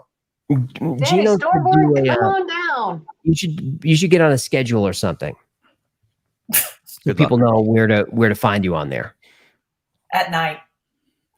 Yeah, I'm usually there on the overnights. Had a nice game of poker with the Discord the other night. Went pretty well. But you could usually find me on there. And my DMs are always open as well if you guys got a story that you want me to look into. Okay, next one. Next Mandela. What is the name of the best Oreo cookie? I know this one. So I think everyone will agree it's double stuff. Oh, Well, that's not the Mandela effect, but how do you spell double stuff? Oh, spoiler. yeah. I don't. Danny Stormborn, how do you spell double stuff? MX, that is incorrect. Sizzle, that's incorrect. Stephen C got it. 1F. Just one F. That could Next. just be us looking at the word and then assuming that it's spelled right, though. How about this one for you, Vic? Yeah. What color is chartreuse? Chartreuse is like a blue-green. You're right, but I remember it specifically being red when I was young. Wait a minute. Yeah, that's one of those Mandelas where some people think chartreuse is like a pinkish color. Yeah, I could see that, and I could pull that out. But we deal with colors all the time, so it's marching. hmm. All right, here's one for the Joey's girlfriend loves double stuff. That boy. here's Yeah, one Lotto for- Scratch and thinks chartreuse is pinkish red, but yeah, it's greenish yellow. Raggedy Land says chartreuse is orangey red. Nope, it's like yellowy green. I even was at Universal recently, and they used chartreuse instead of a level red threat. They called it chartreuse, which didn't, obviously whoever was writing that remembers it the other way because it was on a little video on the scare tram, the terror tram. Yeah, Patricia's saying chartreuse is not green. That's true. If your snot is chartreuse, you just have a cold. You're probably okay. Now, I got one that definitely threw me for a loop. What do you got? Who puts out forest fires? I know this one too. Smokey Bear. Smokey the Bear. Thank you, Vic. It's actually not Smokey the Bear. It is just Smokey Bear. Smokey But Bear. It's Smokey the Bear. I know was that. sure of Smokey the Bear. Another great one is for our sci-fi fans. What is the name of the gremlin leader in Gremlins? Oh God. Oh gosh. Jen, AJ? Oh, You mean the bad guy? Yeah, the bad guy. The first one that turned. Wasn't he Stripe? yes, Stripe. That was it. A lot of people remember him as Spike. Spike. Yeah. Right. I don't remember Spike. It was Stripe. I remember him as Spike also. Really? You do? Yeah, Didn't he have did he have like a stripe on his head or stripy hair or something? he did. He did. White mohawk. It's plenty of people in the chat say Spike, and a few people saying Tony Danza, but that he was not a gremlin at that time. He became one later. But Now here's one for people our age and a little bit older. Sally Field had a memorable speech that she did at the Oscars, and most people remember her saying, "You like me. You really like me," Yeah. Yes. which was big in pop culture for years after that. She never said it. Mm-mm. What? Where did it come from? And I can't deny the fact that you like me right now. You like me.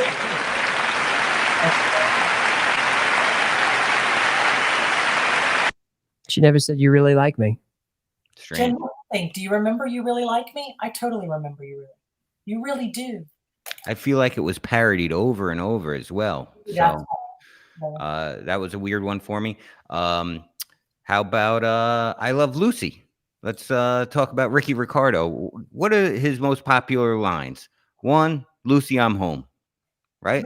What's the number 2? Lucy, you got some splaining to do. You got it. He's never said that, not one time. What? Not one time in the whole series did he ever say you got some splaining to do. Where did it come from? I don't have the answers. It came from the other universe that we were in.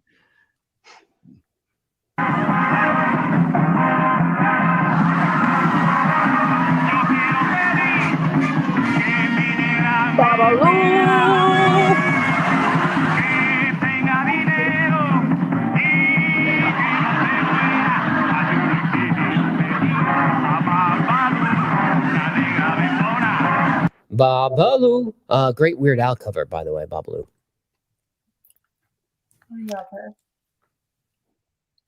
I guess that was just the name of the video.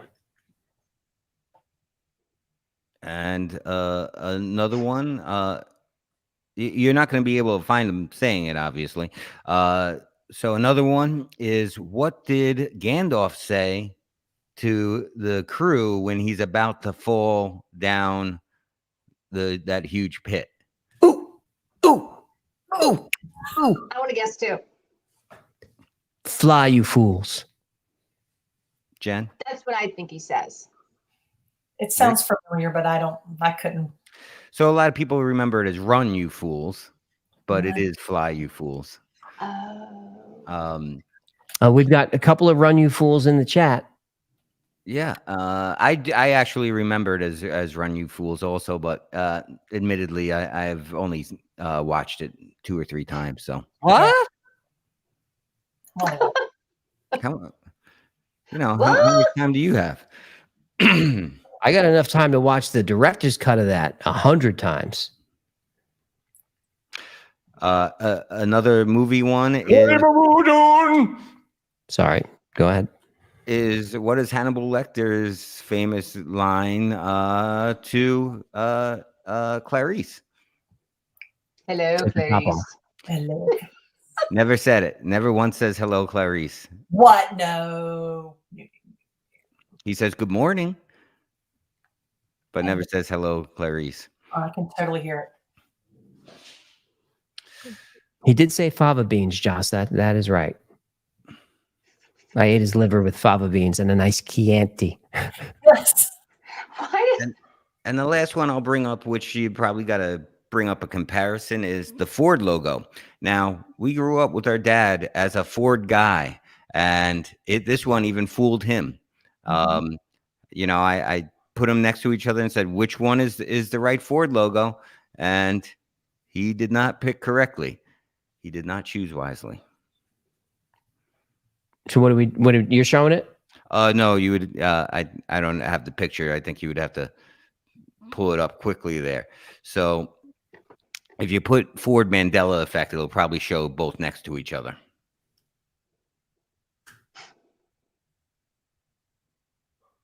So grab one of those top ones. So most people seem to remember it without the little loop. Did it have that little loop at the top or not? I don't remember. I know. I don't know I don't know it. Yeah, Chelsea, he never said hello, Clarice. Eric, he didn't say it. Yeah, so this Ford logo, Frank just said in the chat, this is the craziest one. This is definitely one of the crazier ones for me too, because I was sure of this one. Our father had a hot rod Ford. We looked at that logo a million times. Yeah.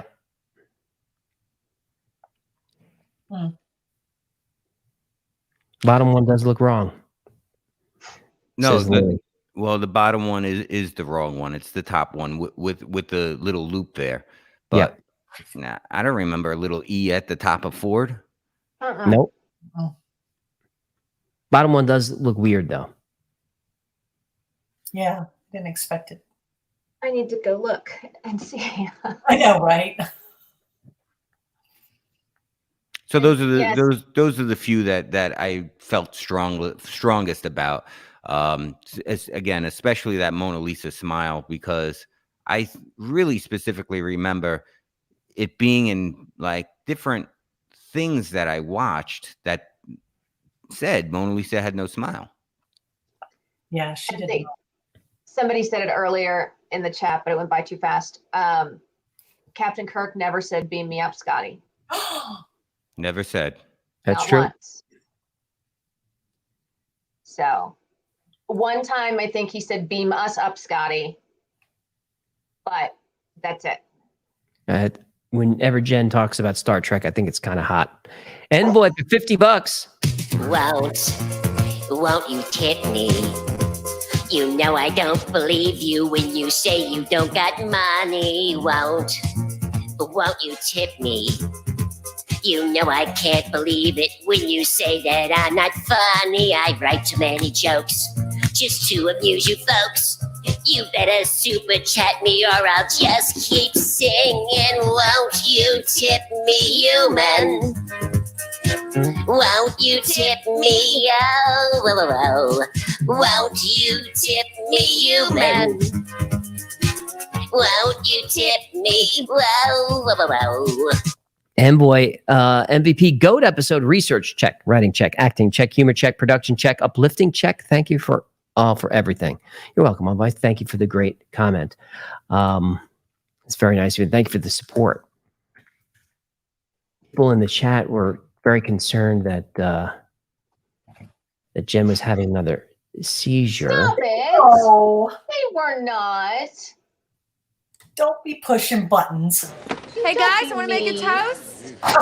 Who don't started?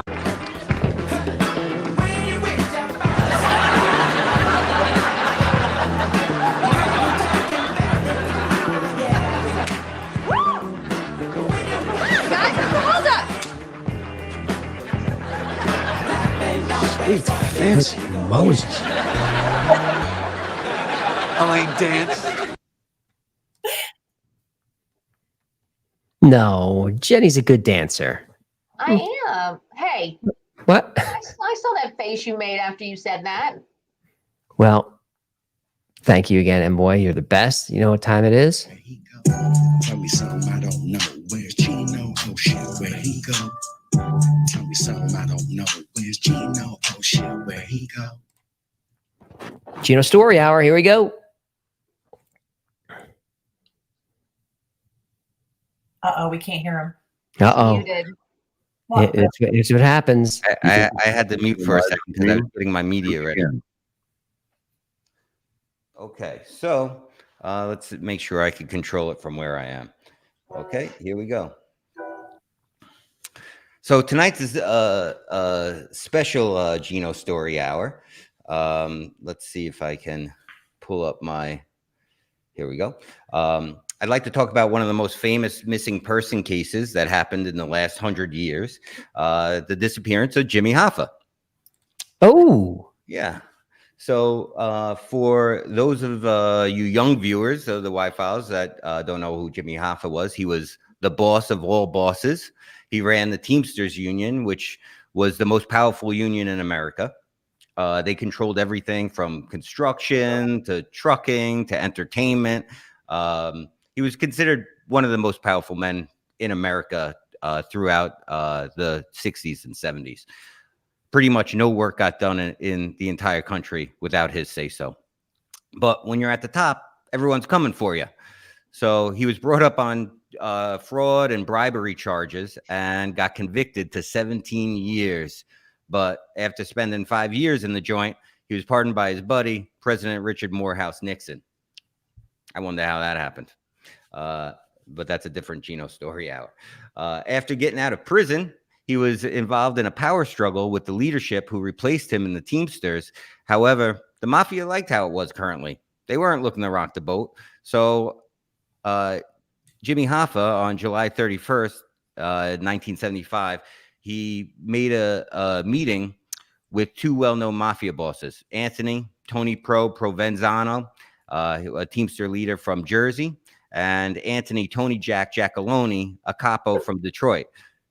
Now, allegedly, those two mobsters never showed up for the meeting. They had airtight alibis. I mean, of course they did. However, Jimmy Hoffa was seen leaving the diner in a car with 3 other men, and that was the last time he was ever seen. Now, the FBI has been playing Where's Waldo with Jimmy Hoffa's body for over 45 years now. Over a dozen mobsters say they actually pulled the trigger, including Richard the Iceman Kuklinski, who you could watch his documentary on Netflix. He's in jail for 5 murders, but suspected of a whole bunch more, maybe up to 30. And the lead suspect is Frank the Irishman Sheeran, who the movie The Irishman is based off of, with Robert De Niro, Joe Pesci. Al Pacino plays Hoffa. Not the greatest Scorsese movie, but I'm not here to judge that. And most mobsters agree that are like out of the witness protection program or whatever. Most mobsters agree that is a far-fetched story, and Frank Sheeran definitely could not have killed Jimmy Hoffa. There's rumors that that Jimmy Hoffa's body was in Michigan, an island off of Georgia, under a golf course, even buried in the Meadowlands under the goalposts out in Jersey. And the FBI spent over $1 million and dug a bunch of holes looking for this guy, and it come up with zero, zilch, nada. I mean, after the Meadowlands got taken down, that was like one of the big, hopes. I think everyone was like, oh, they're going to dig up Jimmy Hoffa now, because they could never do it while the Giants were playing there. But once they tore down the Meadowlands, they actually did go looking for Jimmy Hoffa and never found him. So I'm going to play this quick video here for you. Oh, what we got? Materials? We got materials. Let's see. How do I add this to the stage? My father, James R. Hoffa, has been missing for some 32 hours. One of the most notorious. Are we going to get copyright strike again? The FBI believes Hoffa was murdered. We're speaking over it. Do we get a copyright strike? This is Jimmy Hoffa. It's a mostly powerful union activist vanishes without a trace. 45 years later, the search for him continues. My father, James R. Hoffa, has been missing for some 32 hours. He left for an appointment at Max's Red Fox restaurant at approximately 1:30 p.m. Wednesday, July 30, 1975. He called home at approximately 2:15 p.m. We have not heard from him since. The FBI and local law enforcement have taken a crack at a handful of tips over the last 10 years. In Michigan, 4 confirmed investigations made the news. Someone is claiming to know where Jimmy Hoffa is buried. This time it's a man, though, who has long been accused of being a former mafia underboss. Tony Zerilli tells New York affiliate WNBC that Jimmy Hoffa is buried in a field in Michigan about 20 miles from where he was last seen in 1975. Richard could not stop boasting about the murders he allegedly committed. In addition to claiming that he killed over 200 people, he even went so far as to claim he killed notorious Gambino crime figure Roy DeMeo and Teamster boss and still missing person Jimmy Hoffa. And Jimmy Hoffa was last seen dining with mobsters in 1975, and the FBI continues its latest search this morning for the former Teamsters boss. Agents brought digging equipment to a field near Detroit yesterday. A manuscript from a reputed mobster claims Hoffa was bound and gagged, hit with a shovel, and buried alive under a cement slab. Well, authorities found a slab during Monday's dig. We have been reporting about what happened to Jimmy Hoffa on Fox Nation, which has uncovered clues that authorities are pursuing, Sandra. And now, John, comes word that the FBI is reportedly investigating a new tip in their search for the missing Teamsters president, focusing on a golf course on an island off the coast of Georgia. Well, tonight we hear from a man who says he's the one who pulled the trigger, even though he and Hoffa were close friends. Yeah, you might The recognize iTunes George someone Knapp here. with an exclusive detail on that. But David Paula, Mafia hitman Frank Sheeran had a euphemism for murder. Whenever he killed someone, he said they went to Australia, meaning down under the ground. The murder of Hoffa was likely related to what the mob was doing with millions of Teamster dollars here in Las Vegas. Tonight, Frank Sheeran speaks from the grave about how Jimmy Hoffa died. And I was not then guilty, nor am I guilty now. When he emerged from prison in the 1970s, former Teamster President Jimmy Hoffa announced he wanted his job back, even though he'd been warned by Mafia associates to back off. The mob was concerned that Hoffa might reveal the connection between Teamster loans to Las Vegas casinos and the cash being skimmed from those casinos. Hoffa had to go. On the last day of his life, hours before he was killed, Hoffa placed a frantic call to Las Vegas. This FBI telex shows he phoned the Dunes Hotel to speak to his lawyer, Morris Schenker, who'd bought into the Dunes with a Teamster loan of his own. Just a few weeks earlier, Hoffa had visited Las Vegas to meet with Schenker face-to-face, and with casino owner Mo Dalas, another recipient of Teamster money. Hoffa finally agreed to a sit-down with his Mafia nemesis Tony Provenzano, presumably to work out their differences. They were to meet at the Red Fox restaurant in suburban Detroit. Hoffa insisted that his trusted muscle, Frank the Irishman Sheeran, be there to back him up. In mob slang, Sheeran painted houses. That is, he killed people. 25 to 30 hits in all, most carried out at the orders of Mafia kingpin Russell Buffalino. These names. So that's most of the theories of where Jimmy Hoffa's body was and who killed him. And again, 45 years have passed, still can't find him. But I do want to talk about an important lead that I think may have been overlooked. Let me get the rest of my media ready. But I think this lead could be the key to solving the mystery of what happened to Jimmy Hoffa. You did a PowerPoint too? I got a PowerPoint ready for us. Okay, so the lead we need to follow up on, it happened on August 6, 1977, about 2 years after Jimmy Hoffa disappeared. Hoffa was still a constant on the front of the newspapers and in the tabloids because no one knows where this guy went. He's the hide-and-seek champ. So here's the details of what happened. This incident took place in a small town named Pelham, Georgia, approximately 950 miles as the government drone disguised as a crow flies from where Jimmy Hoffa disappeared. Here's a little overview map. At approximately 1100 hours, Mr. Dawson, our witness is one Tom Dawson, 63 years old, retired car salesman. He was out taking his dogs for a walk, and he stopped by his buddy's house, Jimmy and Linda Colby, before heading to the local fishing hole to see if the fish were biting. So at approximately 1100 hours, Mr. Dawson observes the fish, they were not biting. But he did report that approximately 40 head of cattle grazing in the nearby pasture were very peaceful. But soon that peace is broken. From above, a strange circular object suddenly flashed out of the sky and came down in front of him, hovering a few feet from the ground. He said about 3 to 4 feet. The craft was silent, which we hear all the time. It was about 40 to 50 feet in diameter and about 15 feet tall in the center, and had an antenna, which it's sort of like the McMillanville photos from 1950. Here's a picture of the McMillan photos, very famous photo, one of the first photos of a UAP. It had what our witness described as portals around the entire craft. Here's a sketch drawing from our witness. And it had a very small hatch on the bottom side of the craft. And it was silvery when he first saw it. However, the metal seems to turn multiple colors as it was getting closer to him, similar to the craft that was seen in the Kentucky Goblins incident. So Dawson, which is also a famous Gino Story hour. Yeah, So Dawson found himself paralyzed, but not with fright. He was unable to move he couldn't move a muscle.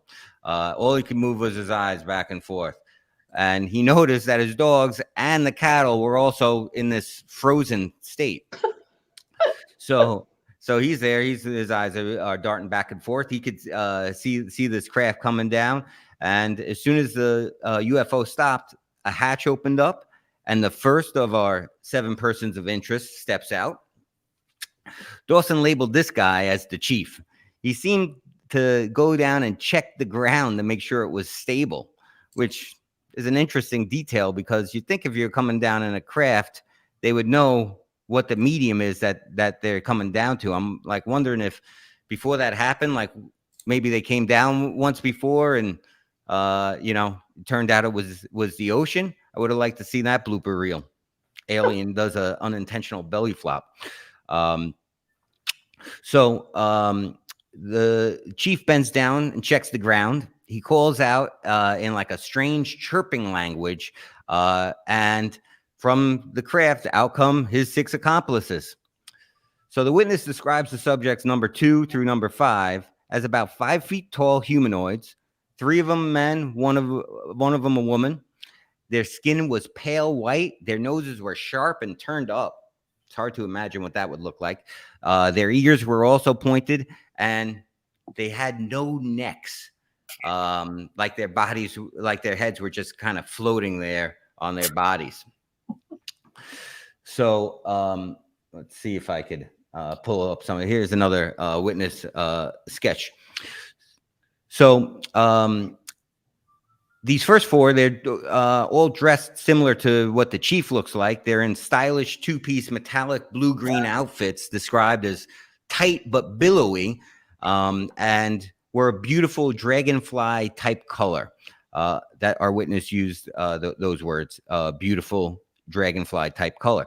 So I guess even in all his fright and fear, he could, determine good style. They were all wearing shoes that looked historically elvish or gnomish, like silky and like turned up at the toe. Strange. And 2 of them got out and kind of stood guard next to the vehicle. And the others started collecting leaves and rocks and shrubbery from around the pond. And again, our guy Tom he's just stuck there, can't do anything. He's just watching this in horror. Now the last 2, a male and a female, come strolling out of the craft, and they're in the buff. Well, almost, not exactly. They had no hair on their bodies, and they were anatomically similar to humans. They didn't have any clothes on. They were just dangling out in the breeze. Yeah, and you can see in this picture here a depiction of we don't need to see that.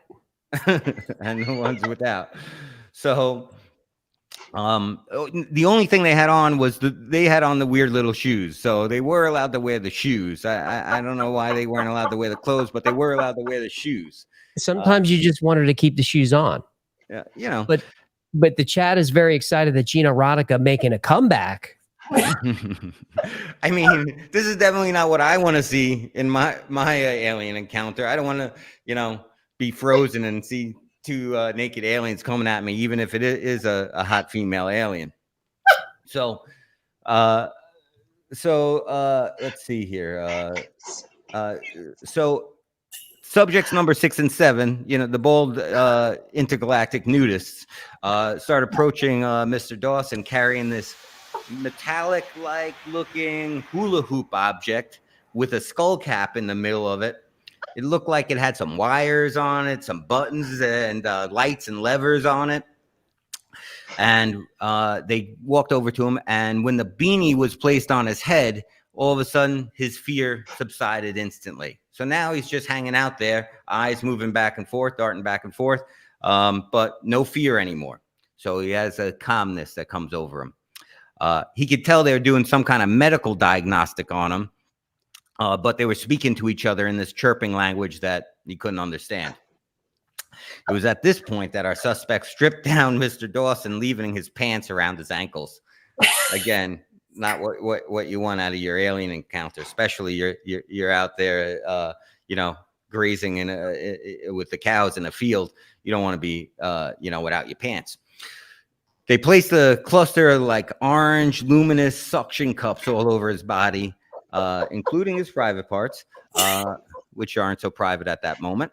And then the chief and the nudists begin fiddling around with the buttons and, on the ring.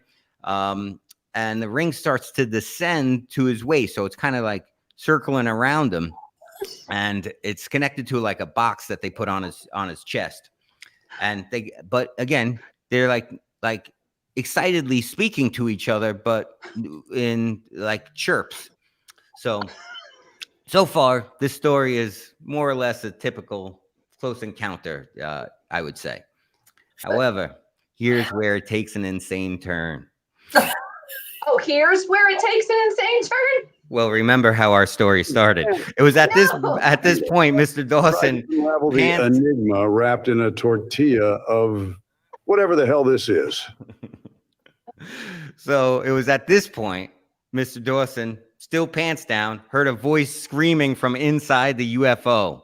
And he was sure of it. It was a human male voice, and it sounded terrified. And in a terrified scream, he could hear, "I am Jimmy Hoffa. I am Jimmy Hoffa. I am Jimmy Hoffa. I am." And then his cry was suddenly stifled, as if someone had put a hand over Jimmy Hoffa, who's screaming out for help. So now that he hears Jimmy Hoffa's hiding out in there, all he could think of is they're going to snatch him up. Also, because now he's a witness to their Jimmy Hoffa abduction. So he's worried. He's still got the hat on, but he's worried that he's going for a ride with them. The screaming seems to startle all of our suspect aliens there. They quickly huddled up about 10 feet away, and Mr. Dawson knows that they're talking about him because they're chirping around and looking at him. And the two of the male subjects keep giving them the stink eye. So they seem pissed. And so he's sitting there, suspended animation, wondering what's going to happen next. They're chirping away. And he thinks that he hears the word Jupiter. I mean, I don't know why that would be the only English word they know how to say is Jupiter, but he thinks that's what he hears out of their chirps. So, oh, okay, now things are making sense. So apparently, they decided against taking him. One of the nudies grabs the galactic hula hoop, and they start rushing back into the craft. As soon as they rush into the craft, the hatch closes up, and it shoots up about 75 feet in the air and took off in a flash. I guess, once they found out that Jimmy Hoffa was there, they wanted to get the hell out of Dodge. Viper's pretty sure that Jupiter's the safe word. So as soon as that happens, Oh God. Dawson, he was able to move again, and so were the animals. So he went running back to the Colby's house, where he was before he went down to the fishing hole, and Mrs. C was out there doing some lawn work. Now, Tom was in really bad shape. He's an old dude, so he's running top speed. He's in his 60s. He's running top speed, waving his arms around, trying to catch his breath. And she tried to calm him down, thinking he must have got bit by a snake or something playing around in the cow pasture. However, the only thing he could say, trying to catch his breath, was "spaceship." So wait, what was that? Spaceship. He said spaceship. Oh.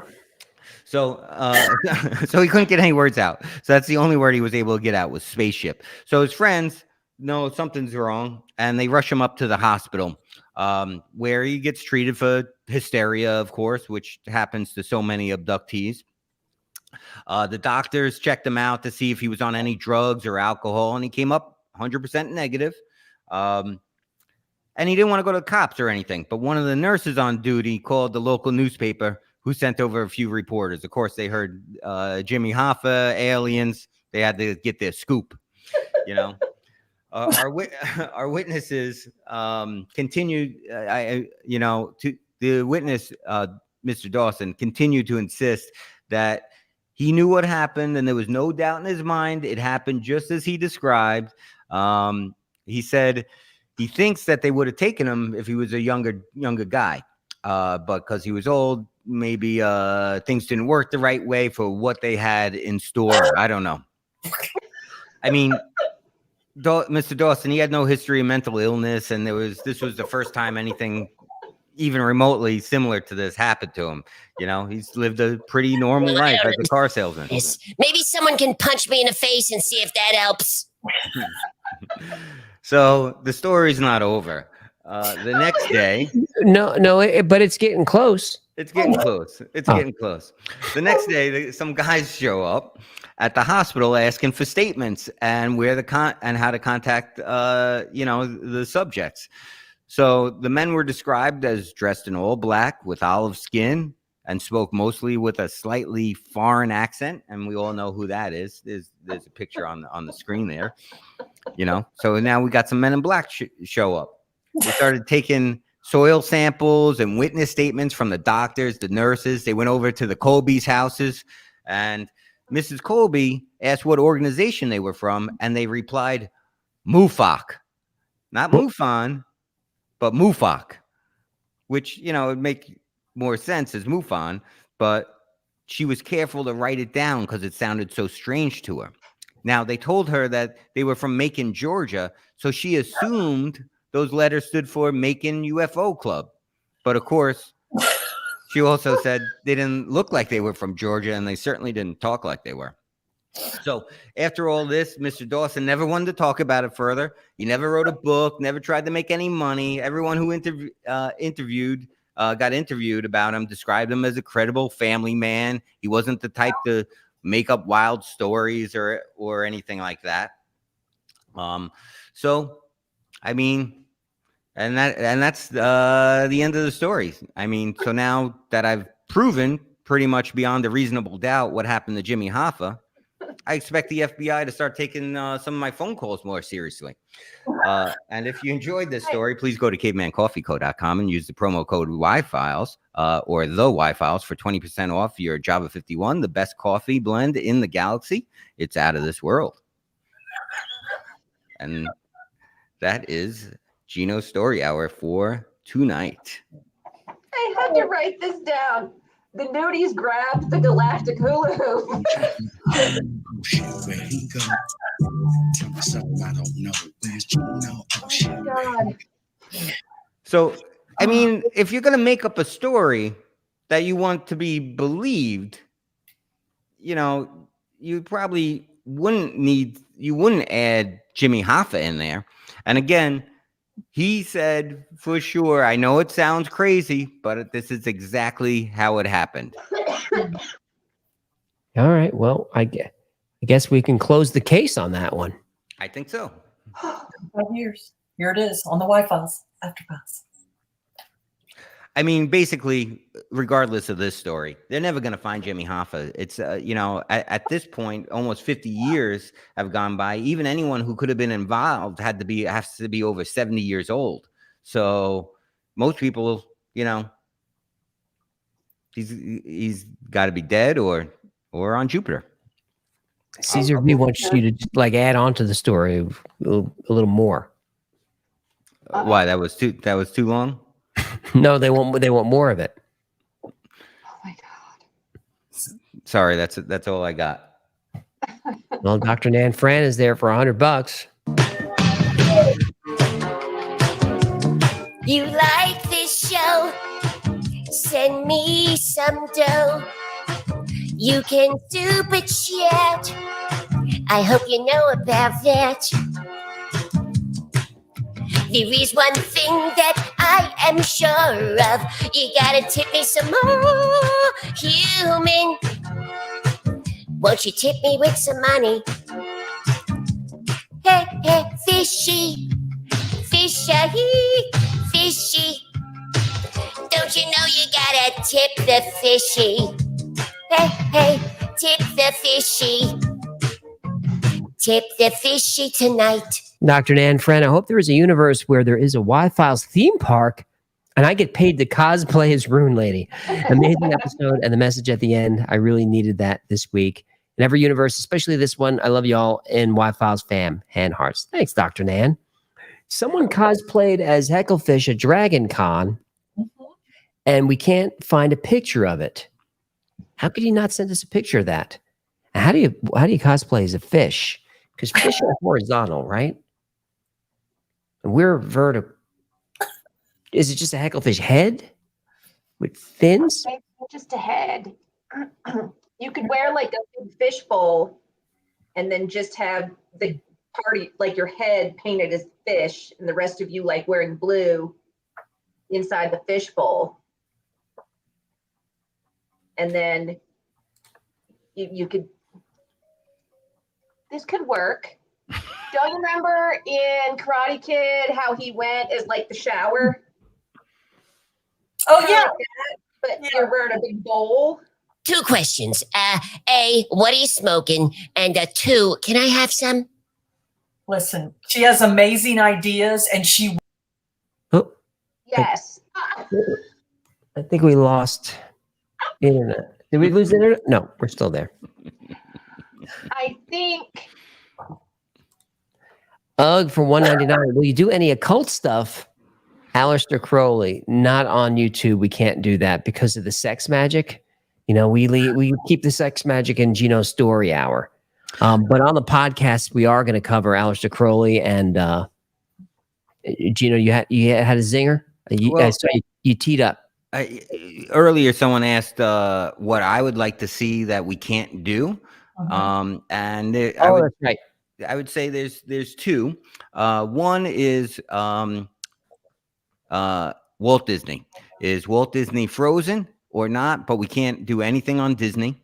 Nope. So Disney can't be on YouTube, unfortunately. And then the second one is one that is absolutely 100% true that we can't do, which is the cloning of multiple celebrities and the replacement of multiple celebrities. There are just too many out there to disregard. Yep. Maybe on the podcast we can talk about those. Not Your Friend Pal for $9.99. Just found this channel and binge watching like crazy. Reminds me of YouTube in the 2010s. Great job. Was YouTube better back then? Probably. Probably was. Probably was. Danielle's back. Loved Man in the High Castle miniseries. Hated how they ended it. I didn't watch that far because it was losing me.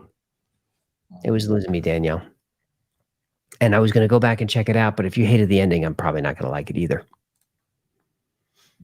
VHS Haven 499. Will you ever reach a point that you've covered most of the theories, bizarre phenomenon, and other sort of mysteries that are out there?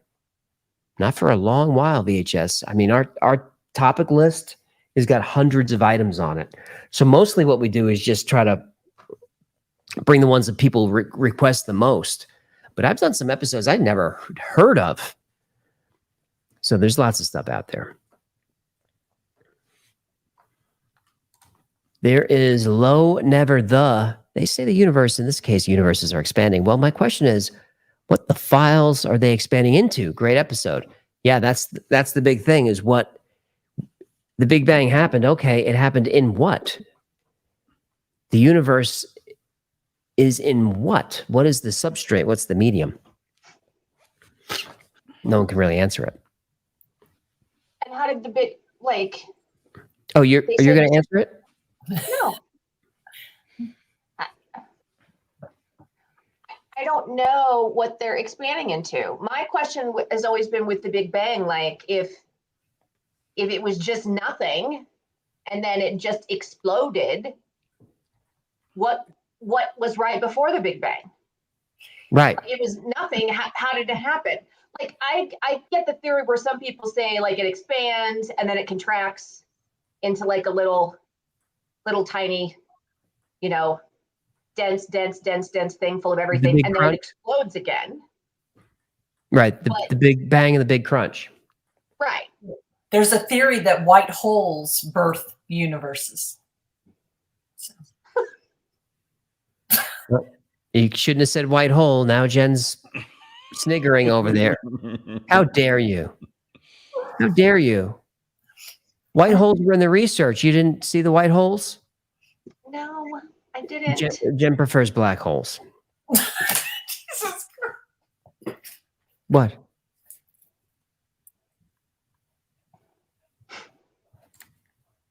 Mr. Wilson, $50. Woo! I do this stupid show just to make a little bread. You know it's not easy to keep my guppies fed. Bills up to here and I'm getting really stressed. I'm almost out of vodka, my car got repossessed. I come on the stream and I beg for some dough. You say you can't afford it, your money's kinda low. Come on, man, I ain't going for that. I just ain't going for that. Human, you got what I need. So hit that super chat. Click it just like that. Oh, human, you got what I need. I need a super chat. Click that super chat. Mr. Wilson, another great episode as always. In another universe, Hecklefish is my sidekick for the How Files, teaching people how things work. Well, I try, but he goes off on wild conspiracy tangents. Some things are a constant, regardless of the universe. That's true. Hecklefish's attitude permeates all dimensions. Is anyone talking about Jen's dancing in the chat? No, I think we're okay. I just was checking to see if someone mentioned it. Don't encourage. There's G in the fourth for 5 was at the Tangerine Dream concert in Miami on Friday. People behind us were talking about how much they love the Y-Files. That's fun. That's awesome. Fans in the Tangerine Dream scene. By the way, out in the wild, I am always wearing Y-Files merch. So if you find me, come take a picture with me. We'll put it up. We'll get you a gift card. Come find me.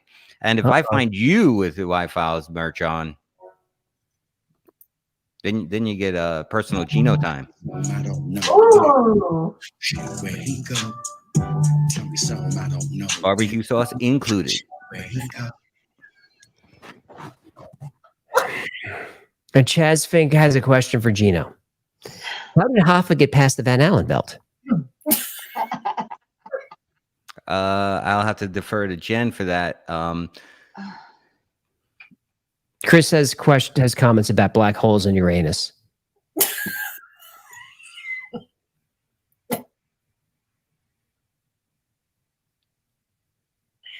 My mods hate you guys. Daniel Wasserott, is there an Anunnaki movie? And do you think they made the simulation? I know there's a couple of low budget ones out there. I haven't seen them. Plenty of documentaries. Do you think they made the simulation? I don't know if I'm all on board with I believe more in simulation theory than the Anunnaki story. Oh, I like the Anunnaki story. Victoria likes the Anunnaki.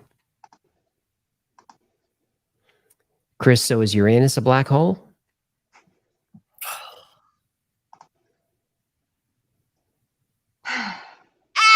Comedy. Alan would pretend another great episode. Look forward to Thursday nights for each new one, slowly introducing my coworkers to the channel. Got to spread it around. Take them out to a Tangerine Dream concert. Reed Drake for 5. Is this where I donate $2.50 to the YouTubes? That's how you do it, Reed. They're very grateful for that. Just checking out the chat. Jagged Brain says there's rings around Uranus. Uranus has no black holes. That's the problem. Rob Gable, is there a gray hole? Yeah, after you hit about 50. Ask her about the Big Dipper in Uranus. Wait. Let's move it along, please. William Richardson, can we get a Gino plushie?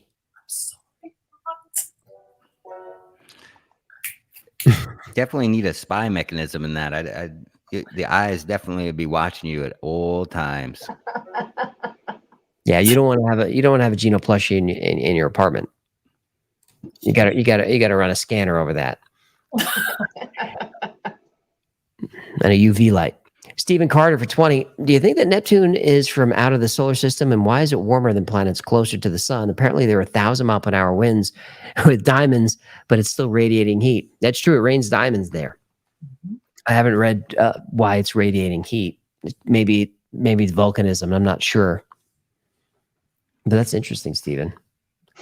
I'll look into. I have to look tonight. I have to look into Neptune right after I check out Uranus. Creative Heather 323. If all things are possible, there aren't choices. Ooh, that's. See what she did there?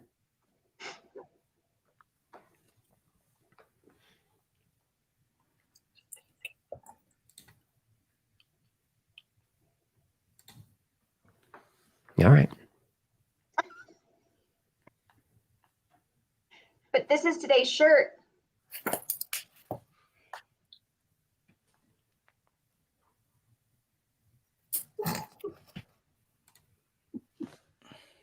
Let me see. Hang on. Where is it? Where's it at? There we go. Shop.thewildfiles.com. You get the new shirts come out every week. They go with the episode. They're only up there for a week or two. Then they go into the Patreon only bucket. If you want to check that out, support the channel. Patreon's another great way to support the channel. It's a little $3 a month. Get access to all kinds of perks, plus 2 extra live streams a week just for you, because one of these is definitely not enough. As far as live streams go, this one is terrible. That's a comic book for $19.99. Ray Doomzilla here. Just discovered the channel a few months ago. Now I've ordered the plushie, became a Patreon supporter, joined Discord, and now super chatted. My path to the Y side is now complete. Your place at my side. Call me Animal69, Diggity for $4.99. Really love to watch along this week. If you could use the chronovisor to look back into any single mystery event, which would you choose to see? Such a tough question. Call me Animal. If I had a chronovisor, I'd never leave the room. I want to see everything. But I'd really like to see, with the missing link, like what happened between primates and humans, like what was going on the earth at that time. And if you were able to see that, would you see the missing link, or would you see the Anunnaki coming down and splicing DNA? That's what I was going to say. With Neanderthals. So interesting. Julie Alsop for 20. One of your best episodes yet. If only my teachers could explain quantum physics as well as you. P.S. Chipping in a little extra this week to help with moving costs. Oh, that's very nice of you. Thank you, Julie Alsop. Alsop, is that how we say it? Alsop. Katsu wants to see the building of the pyramids. That's a good one.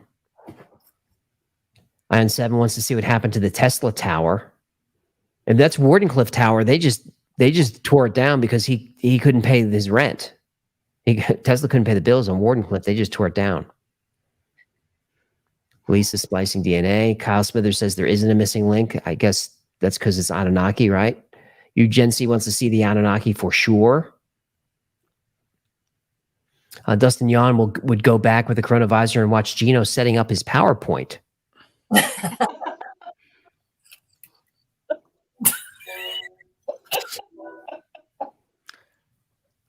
Go to Giza to see the pyramids. Link wants to see how the moon was formed with the visor. Well, you'd be projecting to the other side of the galaxy, right? That's where the moon was built. So I'd probably want to see when it flew here, when it just kind of parallel parked into orbit. I rolled it here. Check that out. There's Michael Varney, 1999. One reality I grew up homeless and self-taught. One where I learned guitar and playing a band. One where I learned to dance competitive Lindy Hop. And one where I am a physicist working on fusion. And they're all this reality. Wow, very nice. Wow. Very nice.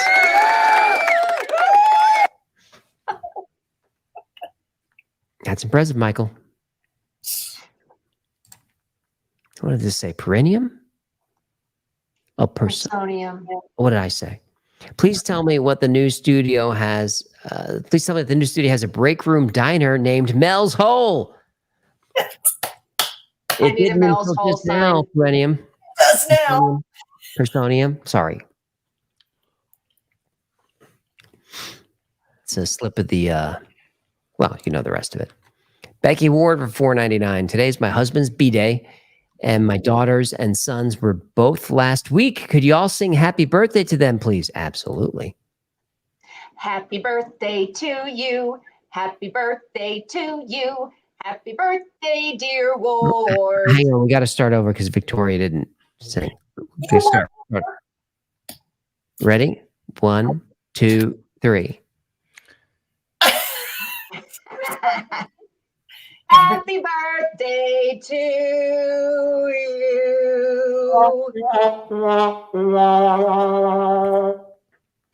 You say it's your birthday. My birthday too. That's all I got.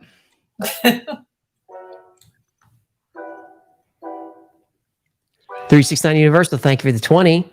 Oh yeah, happy birthday's copyrighted. Whoops. It's not like where you could recognize it. Hey. Thanks for the 20. And thanks to everyone supporting tonight. I appreciate it. There's Jose's there for $99 and no comment. Just keep them coming. Never disappointed. Thanks, man. I appreciate the support. I'm just checking out the chat yet. Cal saves the world. Copyright violation. There we go.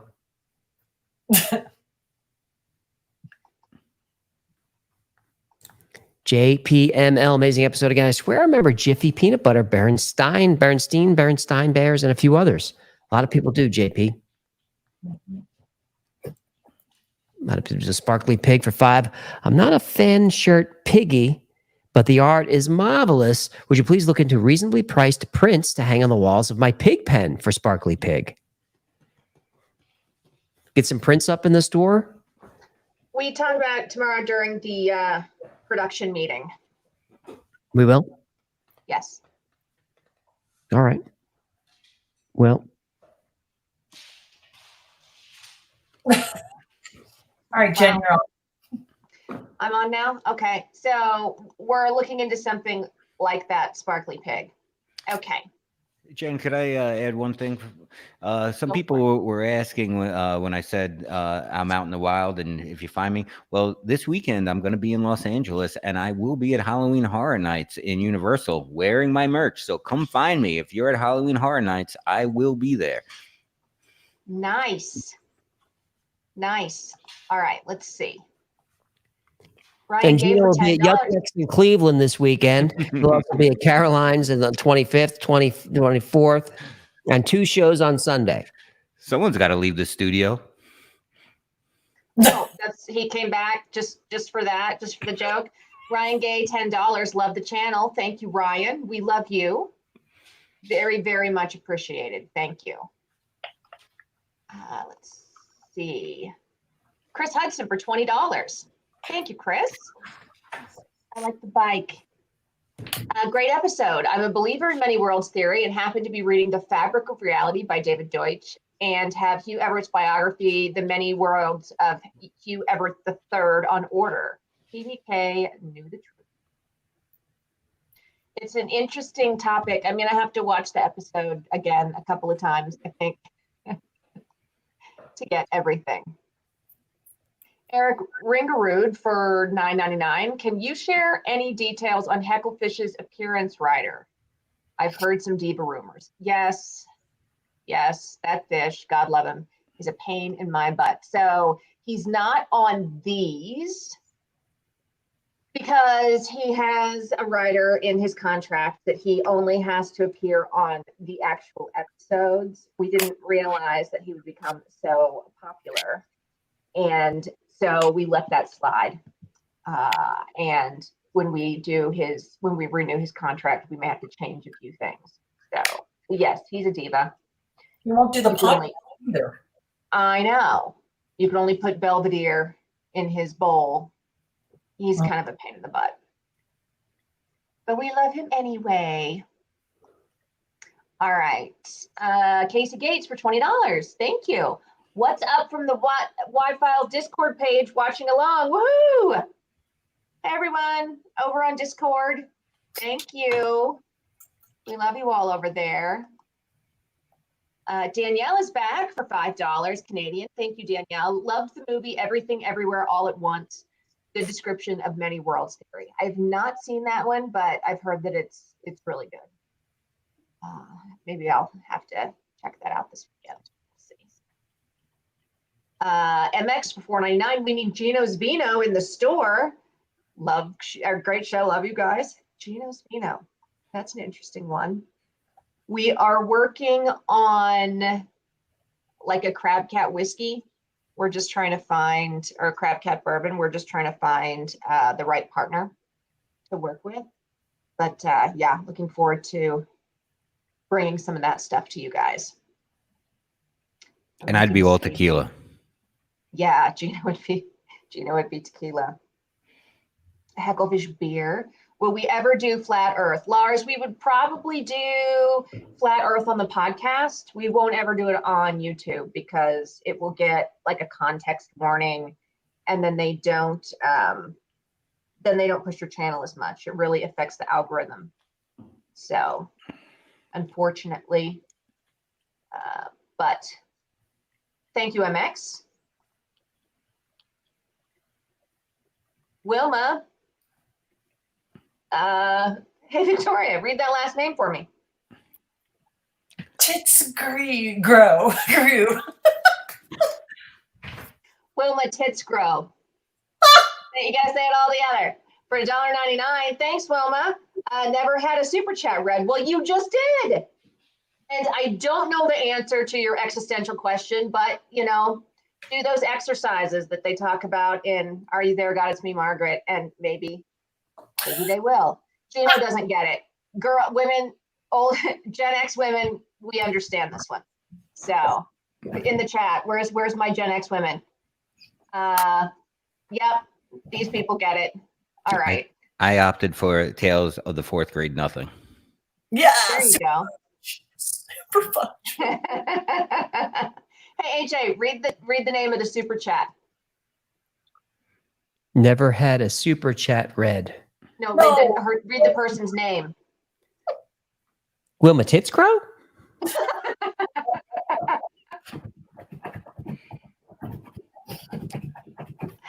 All right, we're at 2 hours 27 minutes. Should I blow through some super chats? Let's do it. Give you guys a break. Mm-hmm. There they go. Peace out. Wilma Tits Grow, thank you for the $1.99. TCKN, thank you for the $5. Those shades are dope. They're just Amazon cheap shades. But with your super chat, maybe I can upgrade these. Risa McRae, thank you for the $1.99. The Zitterata, Gino, eat it or wear it. I don't know what I missed. Wayne's a Gen X dude. I see you. Ibarcane, did you address the song remix?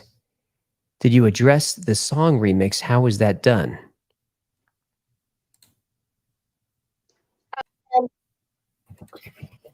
The one at the end that our fans made. Oh, that's I was explaining. No, go ahead.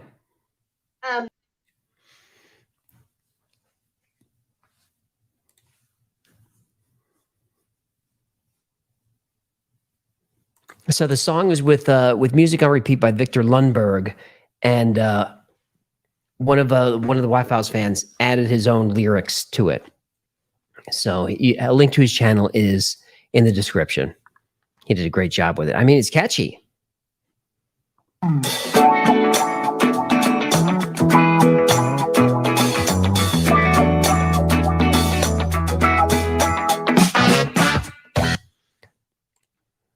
You know how it goes. Extra bullet for 2. The multiverse exists when this one is unobserved. And you guys are getting deep with the multiverse stuff. If everything that can possibly happen happens, then there are no decisions. Dark Comic Heroes back for 5. If every possible outcome exists, then there's a reality where they learn to travel to other branches and are about to bring us all sandwiches. I mean, I guess that's true.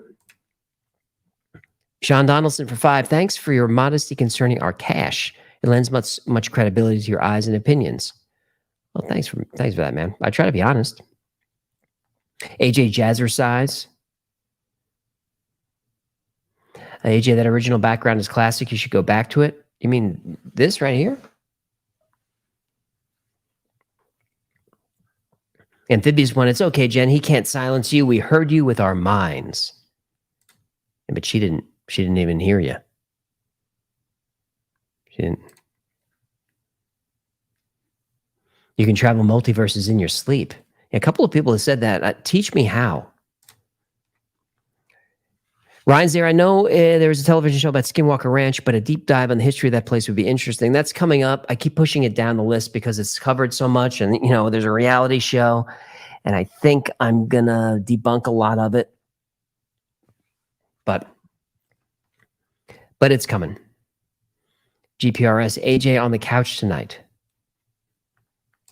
You don't know our marriage that well. Townie 3057 for 20 Australian. They found a wormhole on Skinwalker Ranch. Season 4, episode 11. Google it. Season 4, episode 11. How many of those did they make? Gemrot, do you got a video on the Hat Man? I do. It's the Shadow People episode, Gemrot.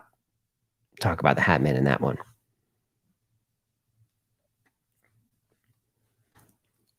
Where are we at? There's Jackal, Great Britain. Keep doing what you're doing. Ordered plushie July 8th, stuck in Illinois the last few days. Not your fault, obviously. I didn't feel guilty about it until just now, Jackal. I believe my plushie was on a rowboat from China. People are still waiting on their plushies hanging there. People are still waiting.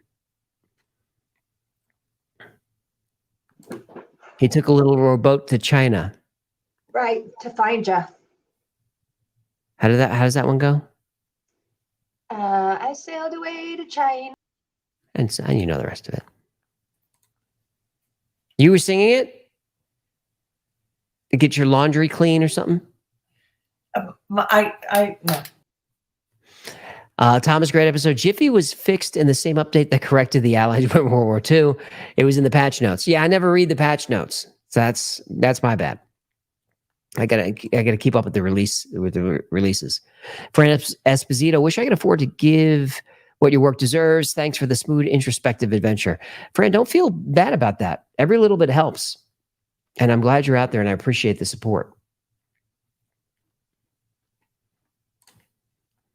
Peter Christian 20. Yes, they still make RC Cola. It's pretty popular here in Pahrump.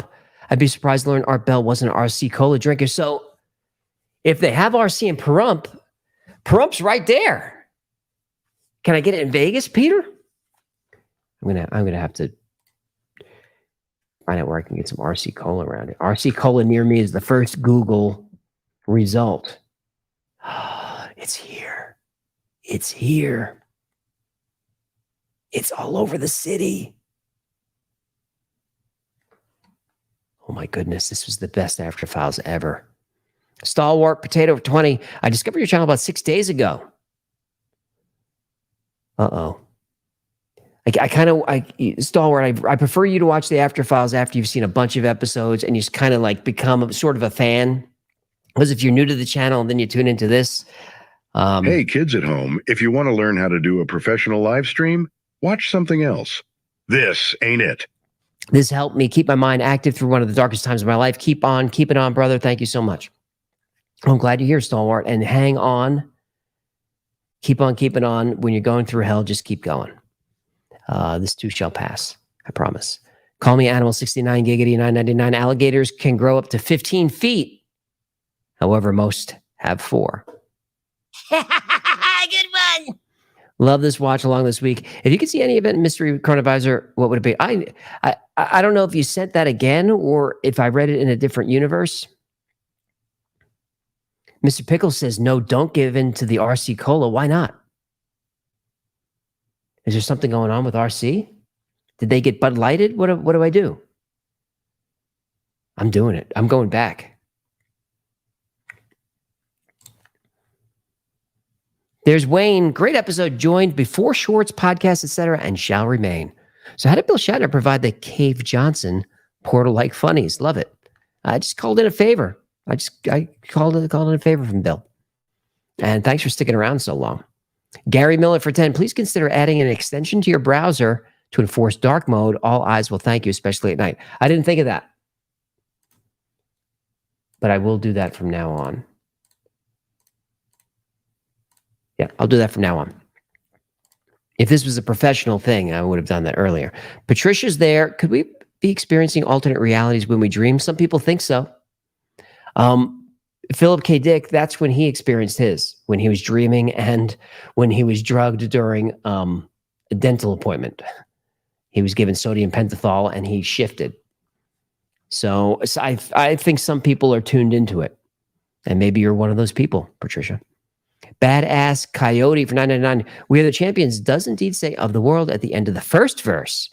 Tell Hecklefish I said, what's up? Will do. And they do say that. That's true. There's Paul for 20. My friends and I used to have fringe watch parties, but there was a season finale where we all felt it kind of jumped the shark and we lost interest. Sometimes it's better to end on a high note. I feel the same way. I was not a huge fan of the Mirror Universe in that show, but I did like the Observers. I like that storyline. If you want a better cola, RC is king, baby, says Dennis. Yeah, I agree. The unknown deja vu would be nice to know exactly what that is. Yeah, nobody really does. But PKD says that's the simulation being rewritten. Remember the Matrix when Neo has deja vu with the cat? And they say it's because something changed in the program. That's a Philip K. Dick idea.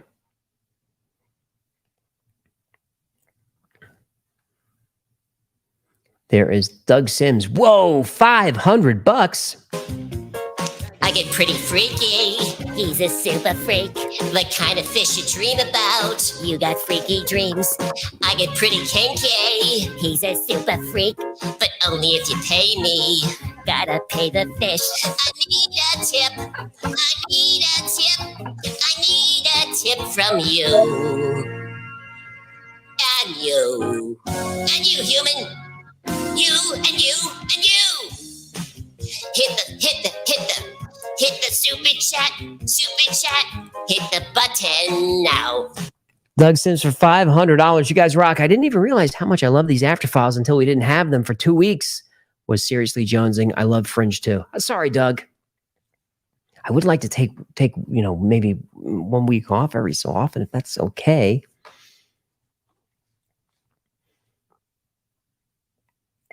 Oh, Randall says Gino doing a Joe Scott. Can't spin the chair. Only Joe can spin the chair. SW, those lights are dope, Gino. Yeah, what's going on with the lights? I thought you put up a Christmas tree. Yeah, it's a reveal that'll happen on a different episode, but we got something going on.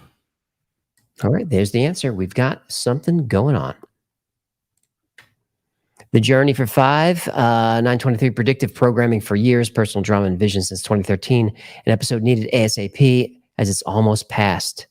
FYI, Berenstein Bears. Predictive programming would be a good topic, The Journey. Great suggestion. What's in a name? Super Freak and In My House are the best songs Rick James wrote. You may have a point. JJ the Boss want to donate, but how? Just hit that super chat. Scott Gray, me and Mrs. Jones. I love that song. And very early in our courtship, I would put that on and I would just scream it. And it got to the, for the first 5 or 10 times, she thought it was cute. And then it was not so. Me and Mrs. Joe. And he won't stop. I'll be like, okay. Going on. Me and Miss. You got to sneeze. That's how you sing it. You got to feel like you got Miss. Go ahead, you try, Jenny. No, I'm good. That's a great one. Now I got to leave my note. We got to pop that in Spotify the way home. Got a thing going on. Antisocial Leonard Nimoy was on Fringe. Yeah, he played the villain. He played the alternate universe villain in that. Jake Best likes that tune, of course. And Prognoz just says, I love Jen. She's on Team Jen. Where we at? Oh, there we go. Creamy Death is there. Love the channel. Thank you for your dedication you put into every video. You're very welcome. I've never phoned one in. I've released plenty of videos that I wasn't happy with, but even when like Ghost Lights, I could have never done that episode in a million years. But I don't let myself off the hook. I still try to put everything I can into making it entertaining. You know, I work even harder when I'm not that thrilled about the subject, because I feel like if I'm not really into it, then maybe lots of folks aren't. So what can I do to make this engaging for someone who's not really into Ghost Lights or, you know, all those other episodes that weren't that great? Dustin Voss for 99. Love your channel. Your content stands to challenge those who utter my least favorite phrase, the science is settled. No such thing as science is settled. Certainly learning that the last couple of years. Nobody for 20 bucks. Wi-Fi's podcast. Between you and Joe, we'll be living in another dimension for sure. Well, I hope you check it out, Nobody. It's there now. It's called the Wi-Fi's Operation Podcast, and it's been there for a long time. So just about every episode is up there if you want to have the Wi-Fi's on the go. And if you're on Spotify, and you could watch it there as well. The videos are up there. And don't tell anybody, but I don't think there's commercials up there.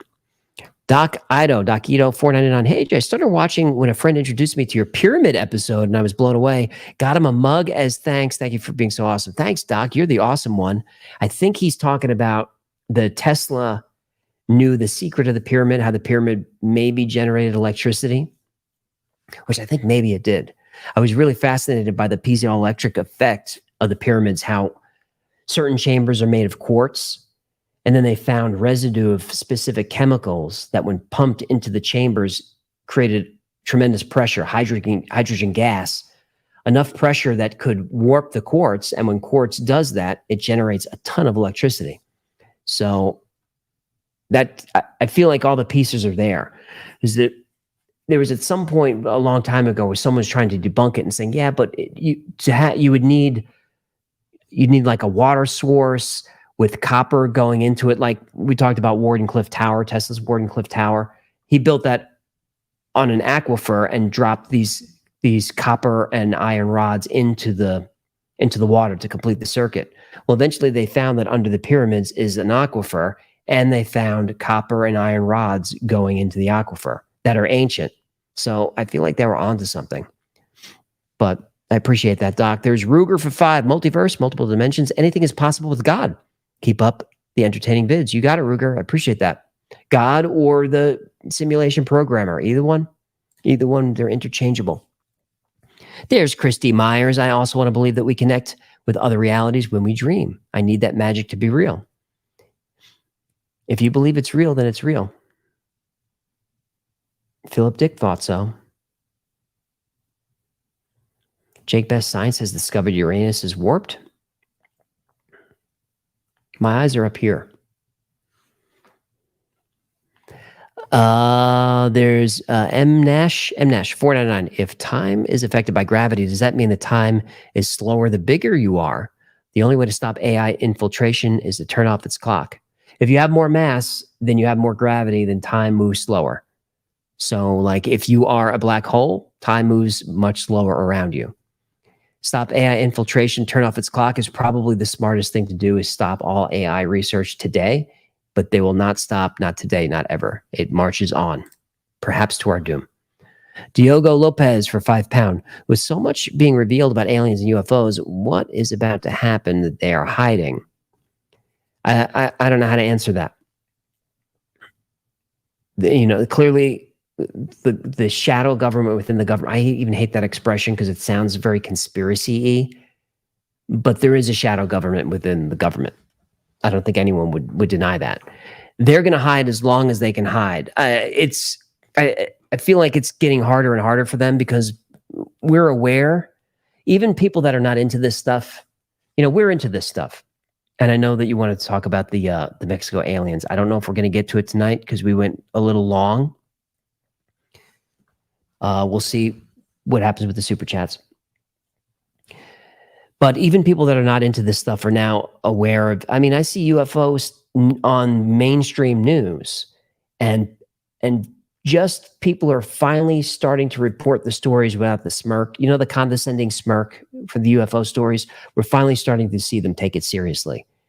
And as long as more regular folks, we're the weirdos, but regular folks become interested in UFOs, then we're going to get some answers. But I think the shadow government, whoever that is going to kicking and screaming. They do not want to give up that power. But I don't know. JC for $7.99 Australian. AJ, g'day from Goulburn, Australia. Loving the White Files. You should head down under to investigate our flying spiders. Nope. Drop bears and spook lights. I mean, I'm into the Min light, although you can't follow that one. But the flying spiders is one of the first videos on the channel. I covered the flying spiders of Australia. If you guys haven't seen, let me see if I can find a picture of it real fast. Australia, man. I mean, I can't. It's a beautiful country, I guess.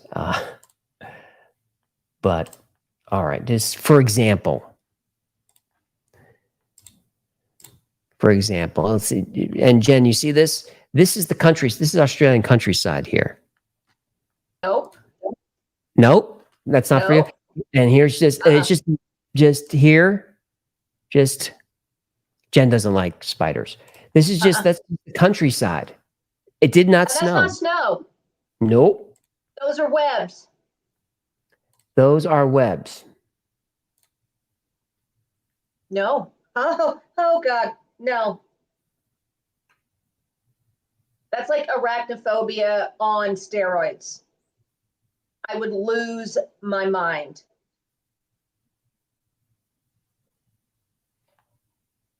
I mean, we had some weird grasshopper infestation here, but I would take that any day over that.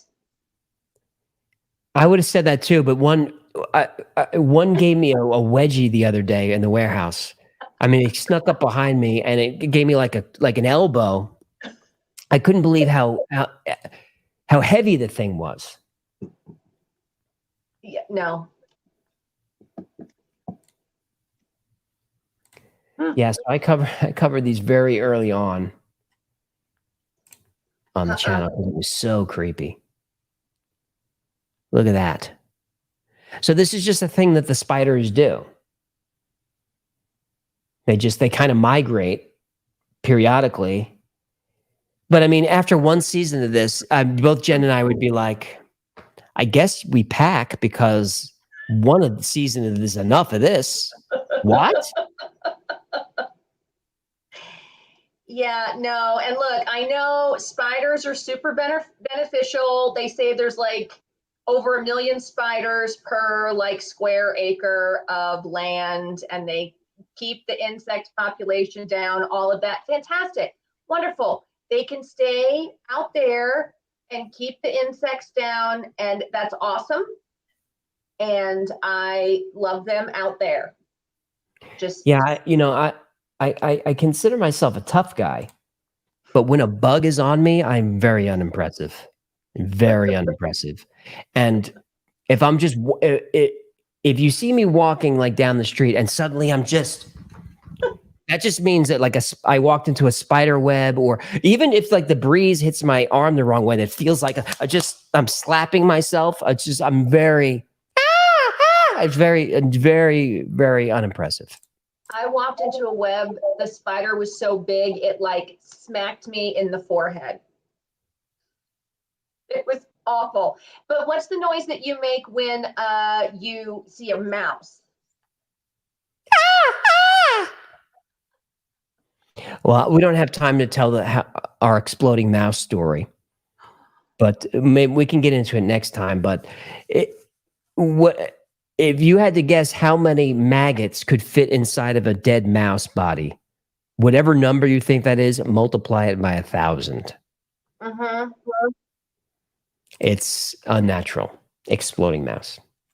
James Sweat, AJ doing karate on the spiders. I'm so thrown off by the bugs that I can't even get into. I can't like pull my skills from my muscle memory. No techniques come out. Only slapping and squealing. It's Chelsea, eek. That's it. That's my self-defense technique. I squeal and I run. Because Jen and I, we watch a couple of channels that are like outdoor channels, guys hunt and fish and camp and kill things and eat them, which we don't do any of that. We're indoor people. We don't kill food to eat it. But I respect the people that can do it. And I know when the zombies get there, when the zombies finally arrive, you need one of those guys around because you're going to starve. But we're not built for spiders and bugs, and we like air conditioning and internet.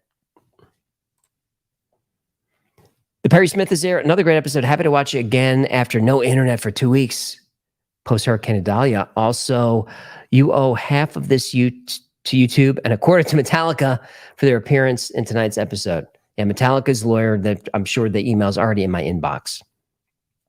Thanks for that, Perry. Sorry to hear about that. My folks were down there too. They were on a cruise and that had to cruise around the hurricane. Nancy Webb, 13 Canadian, my favorite episode so far. I send them to my adult kids. Clayt, Emily, Janine, Jessica, gotcha. We'll learn them. We'll learn those kids somehow. Angel Spawn, read the super chats. You'll never finish. I try to get through as many as I can because I figure if someone takes the time and wants to spend a couple of bucks for me to say hi, then I want to do that for you. Now, if I can't get to all of them, I apologize in advance. I try.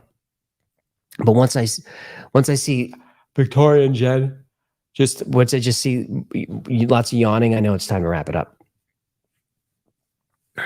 Cam, New York City, what? Come rich people camping with me.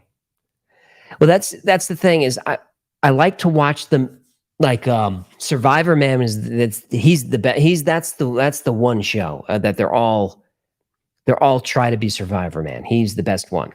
So when I watch those shows, I feel like, oh, I'd like to learn those skills, how to do that, because survival skills really handy to know. But then he'll be building a tent or something in the rain. And I'm thinking, I don't like rain down my back. It's uncomfortable. I start to get kind of whiny. And then he's building something, and there's just like bugs walking on him and mosquitoes, and he doesn't even notice it.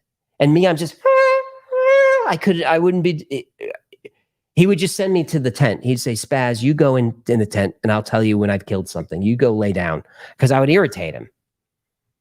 So I wish I could be that guy, but I'm not. But, if his laptop was broken, I'd be in the tent and I could fix the motherboard if I brought some solder with me. Everyone brings something to the survival. Rebecca Corey's there for 5. Love the show. Keep up the good work. I'm trying. I'm not ready to give up yet.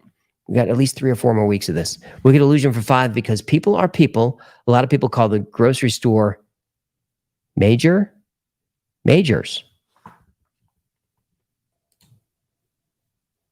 I don't know that one. But we are grateful for the support. Yes, we are. Apophis is here. In your Mandela Effect examples, Queen's song does in fact include End of the World. It was the greatest hits recording that omitted it. Love the show. I don't know, man. I don't know. That might be in a different universe. I mean, I pulled this song I pulled the official video. Maybe it's a different version. I don't know. Because when I read that Mandela Effect in the research, I didn't believe that one. I could have sworn that it ended with Of the World also. Then I played the official song and it didn't. But who knows? Could be right. Enjoy your Jiffy peanut butter. Autumn Fire for 5. Does this mean there's a universe without the Y-Files? There is. There is. And there's a universe where Joe Scott hosts the Y-Files and I host Answers with Joe, and no one knows why it's called that. John Shelby for $9.99. 3PO's leg is silver in the unredone Star Wars. I have a copy of it. I think someone pulled the original cut and said that at 2 minutes and change in, he has the silver leg. Rebecca's back. 2 things. I will go to my grave knowing Ed McMahon did publish a clearinghouse. And how do I get a heckle cult shirt? That's a team member shirt. But let's say in a certain universe, if Rebecca joined the community, was contributed, was helpful, and then became a moderator, yes, then she can get a heckle cult shirt. Yes. Which is doable. I mean, if you're not hanging out on the Discord, definitely do it. And you know, if you're cool, if you're fun, if you're smart, if you're reliable, we're always looking for people to help out. Oh, and Mischief just said that if you're a Patreon member, on the Patreon section of the website, of the merch site, there is a Cult of the Benevolent Hecklefish shirt that's available for Patreon members. Yeah, but that's not the one, right? Patreon exclusives. Right, but it's one of them, and it's a really cool shirt. It's the blue Right, so one. these are the Patreon only ones, right? Yep, right there. Left, This one. go. Yeah. Okay, so that's the Grand Order of the Benevolent Hecklefish, Tomeo Cancri Caddis. What's going on? You're spazzing out. What's up? Click it next and show the art big. We do those on purpose for you for these. I'm clicking the shirt. See the second picture? Click it. I'm clicking it. Second picture on the bottom, the red one. There you go.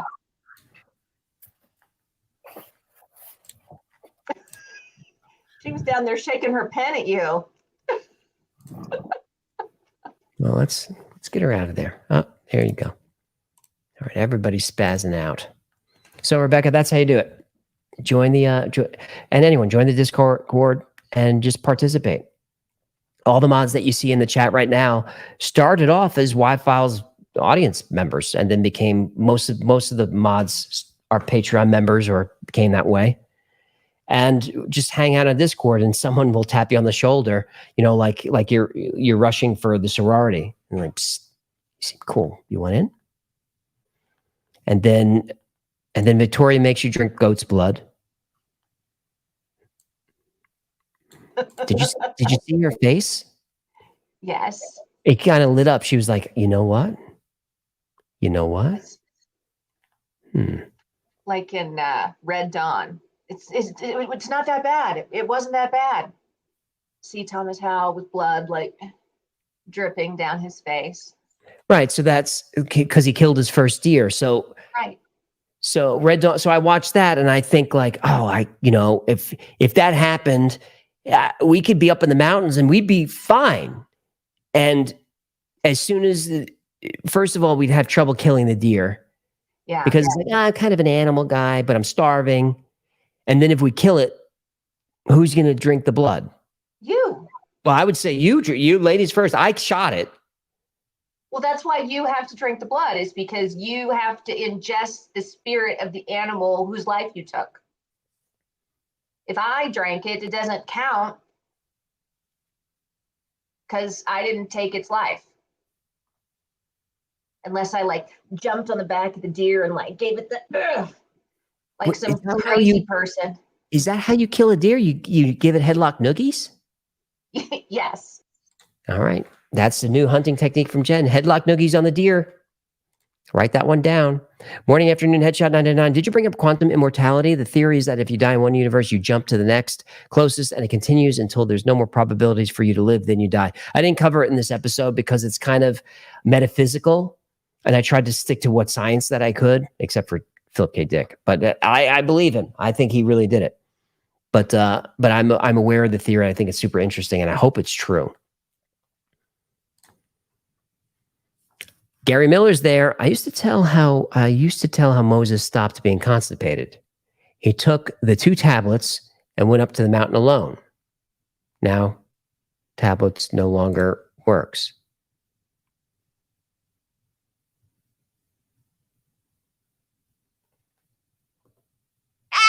Comedy. I saw where it was going, and then it lost me. Yeah, I felt the same way. Because a constipation joke is always good. Sure. Could there be some typos? Maybe. Zeb Francis, good try, Gary. Oh, well, we're not done quite yet, Gary. You followed up. He's working out his material.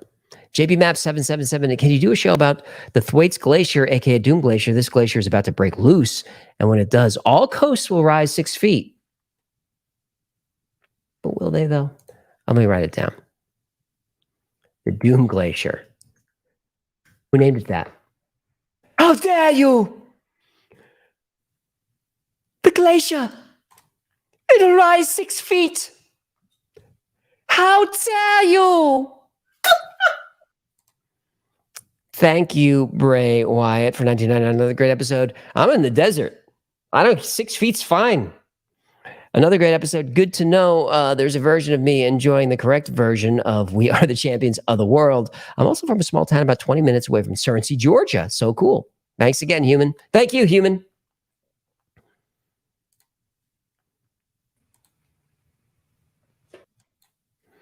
Mountain Goat for 1999. What is the one theory that you really want to believe in? Well, I told you that I became a moon believer. That the moon's fake. Pretty sure the moon's fake. I don't know which one I'd want to believe in. I'd have to come back to that. I feel like I want to believe in, story, anything about reincarnation. I want to believe that that's true, but it could be my own fear of mortality and, missing people that are gone, because you always have that little, and if you're religious, you have the same thing. You have a little bit of faith that it's going to be okay. Like, this is going to be over and then everything's going to be okay. That's kind of what I hope. But I spend a lot of time kind of thinking like it's just going to be black. Northeast Comic Con and Collectibles Extravaganza for $10. Many members of our team are fans of the show. We'd love to see an episode on mentalists. John Stetson, America's master mentalist, is going to be at our next show in Boxborough, Mass. On September 22nd to the 24th. I think Gino's doing Chuckles that weekend as well. He's got 3 shows at Chuckles. If you want to go to GinoStoryHour.com and grab yourself some tickets today. Be selling merch out back. Sure will be. There he goes. All right, Northeast, say hi to everybody back there for me. Mentalists, we could put those on the list. I'll do it right now. I just got an email from someone who is a mentalist just the other day. Who wants to come on the show, maybe on the podcast. Lamont Cranston's there for 5. Is that a large vault door behind Victoria? Some of sort of 50 Shades of Grey thingy? My computer went down, and so I went this. If my husband knows that safe is in the back, I'm going to be dead. Sure, it was out of the shot. Nobody sees anything. You just use your imagination. It's Victoria broadcasting live from the Red Room.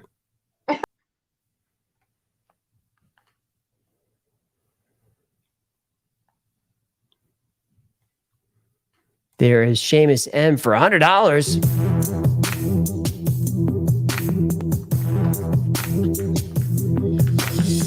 They see me swimming in my waist.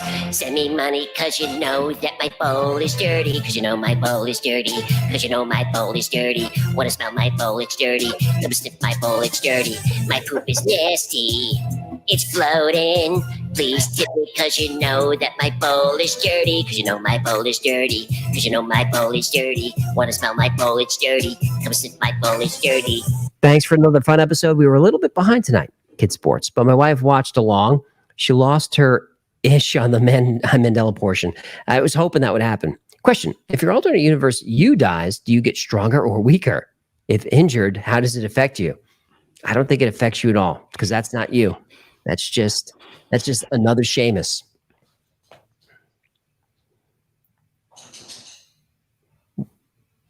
What is it, Jenny? I heard a noise in the background. Are the guys still there? No. Don't worry about what you hear over here. Aerophone 1 for $5. I wish Gino had a tea blend also. We do. You can get a. She Loco 89 is there. Thank you for $4.99. Love the channel. Please, more Secret Society episodes. Those are coming up. I think Bilderberg was this week, wasn't it? I think Bilderberg was recent. Always undisclosed location, but some reporter found it this time. Sunshine 8 for $5. When I was a young child, I had to have surgery. I was floating out of my body watching them perform it. Yeah, I hear that a lot. That's amazing. Basik was looking for Gino's tea bags.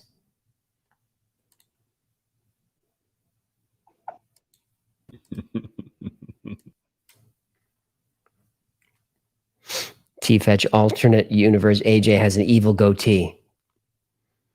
Yeah, I mean, that's the only way you could tell that it was evil Spock, right? Anastasia Tovalenka. Something for Jen to put in her bag. Thank you, Anastasia. Thank you, Anastasia. There's Ramakrishnan. I've run out of episodes to watch. Oh, no. I wish I can go back to when I hadn't watched any so I could watch it all over again. Keep it up. Well, you could rewatch, but I know it's not the same.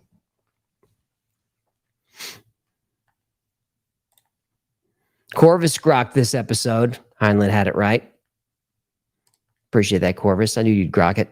Nikorka, Nick, something with an N95. Love you guys. Happy to contribute to the Guppy support payments. He needs that. And his lawyer.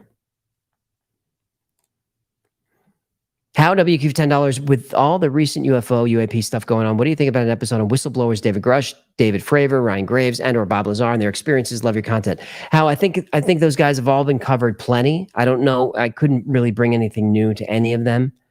The only story there is Bob Lazar, but there's nothing new for me to cover. You know, the pilots. I don't know what I could do there. If the podcast gets to the point where I'm having conversations with people, then I think that's a better venue for that type of thing. The Wi-Files are pretty much just telling stories. Is Indrid chill, so not quite as cold. Doubling my usual Rush-inspired tip, because YouTube takes half. Choke on it. Can't wait for an uncensored version of the Wi-Files on other platforms. Love the content. Indrid chill.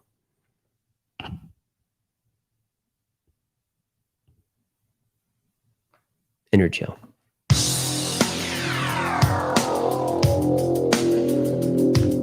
A modern day goldfish lives in style, but you haven't tipped in quite a while.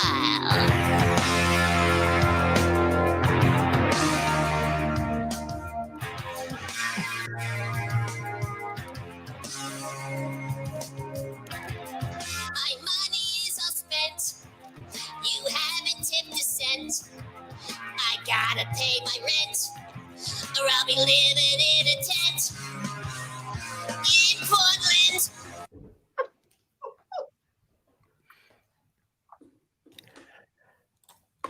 That's a good one. A Cougar's Cub is there for 20. AJ, I 100% believe your story about shadow people. Well, I wasn't lying. I had my own experience along with paranormal happenings that were witnessed by others with me. You guys are amazing. Keep up the great work. No, I wasn't lying about that story. I don't bring it up that much because it's upsetting. But I had a witness to it. Don't jinx it. You know what she needs.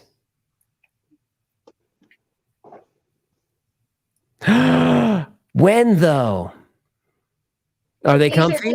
Are they comfy on your flat alien feet? They're so comfortable. Although the bottoms are going to be black, so they don't get as dirty.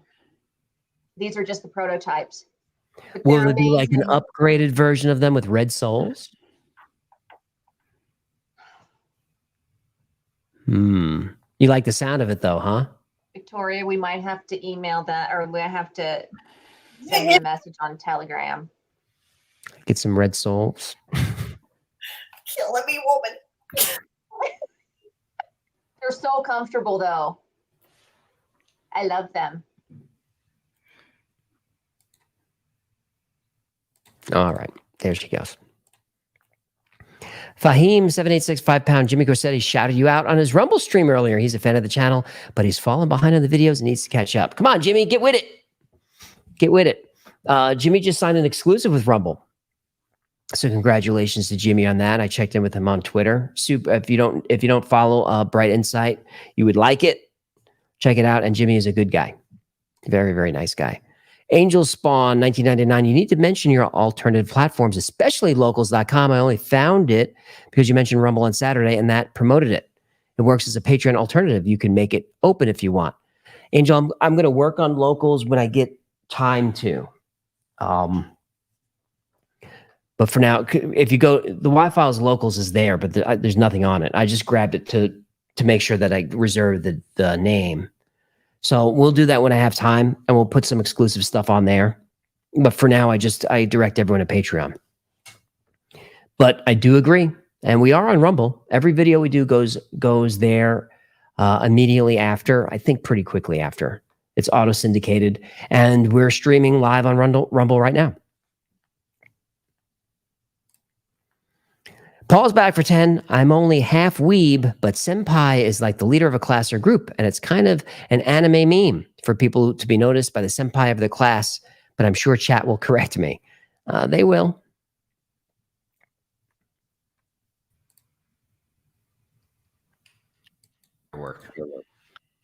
Firework. There's Bong Sips. The only reason I knew who Ed McMahon was from the Publishers Clearinghouse commercials. I was too young for Carson at the time. You missed out. You missed out on the great one.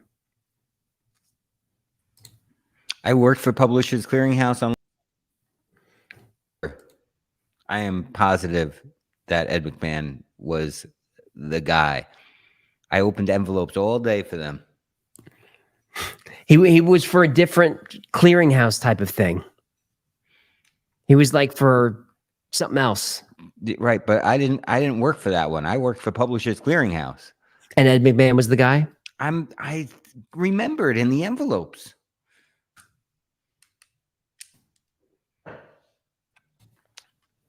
And some silly people would send in cash. They shouldn't have done that. That was a mistake.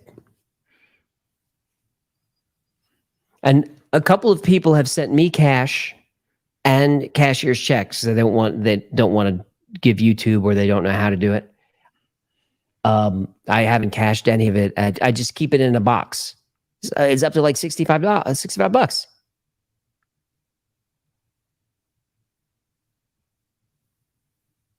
All right, that's fine. I'm looking to see where he worked, but it's not even on here. It's like he never worked for any clearinghouse. It's all made up. He did. He never did. It says right there. He never did it. It's a different guy.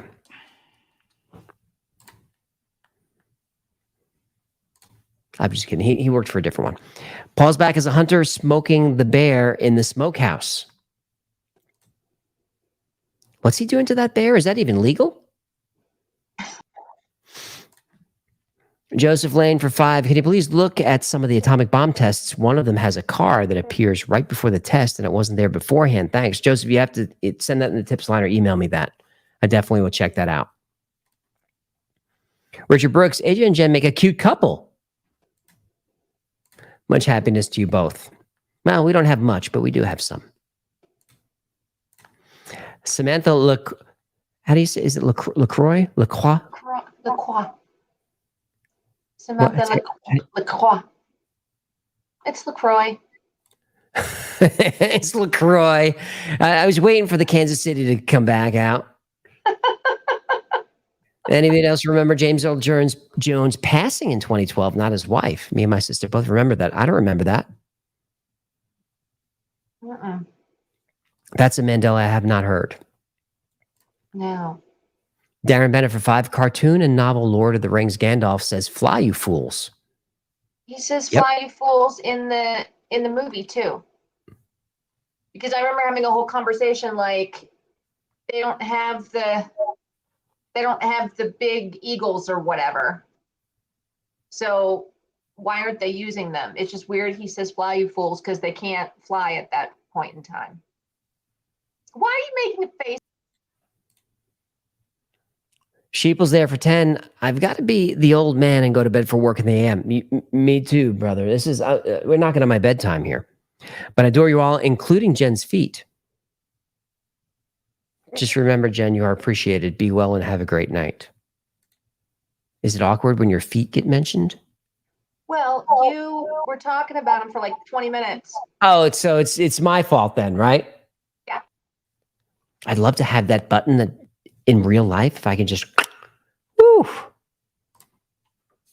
Brian Russell, $4.99. Spock said, "Live long and kiss it." I don't think he said that, but I wish he did. Gamble for $19.99. Shout out Jen. Tell AJ to come to Kansas City. Go Chiefs. Woo! No, we're Raiders fans in this house. No, we're not. Black and silver, baby. Raiders fans. Oh, No. well. Jim Gordon, thank you for the 20. Appreciate the support, and thanks to everyone who's super chatting tonight. It really helps. And we're at 3:15, so we're getting ready to wrap this thing up. What's his name? This is such a great podcast. I think the latest one is my favorite one yet. I'm glad that you say that. I liked it too. I don't know how it's doing. How are we doing performance-wise? 8 of 10. 8? Yeah. I'm going to work in the thumbnail and the description and the title. 8 of 10 is not a strong showing. Well, I wish I didn't ask because now I'm disappointed. There's Agent DBK, formerly douchebag Kylo. Just learned that Gil Bavel, aka YouTuber Cardinal Sin, who I know was a regular in this chat, has passed. RIP. I didn't know that. That's sad to hear. It's one of the weird things about having a channel with a chunk of folks watching is I do get emails from time to time with people that I remember like leaving comments saying like, "Oh, I just want to let you know my dad just passed away. He was a big fan of the show." I mean, it's really sad. So I'm sorry to hear that, Agent DBK. There is Darrell. Darrell. Now I see the avatar. I get it. My daughters and I love the White Files. Keep up the great work. Can I get a shout out for Crystal Wolf and the Snack Monster? What are those? I'm assuming those are her daughters. Well, those are very unconventional names. I would have went with like Susan and like Marie. Well, that's how things are. There's probably Darrell's probably a millennial. Like, you know how they name their kids those wacky names. Eric Stitt for 30. Gino's Hoffa/alien connection was super green. I'd smoke that. He'd smoke that, says Gino.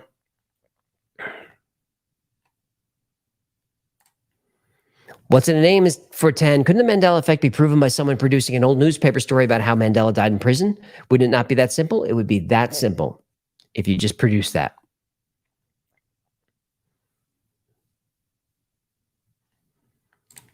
Here's Lord Blood Wolf 7 for 50.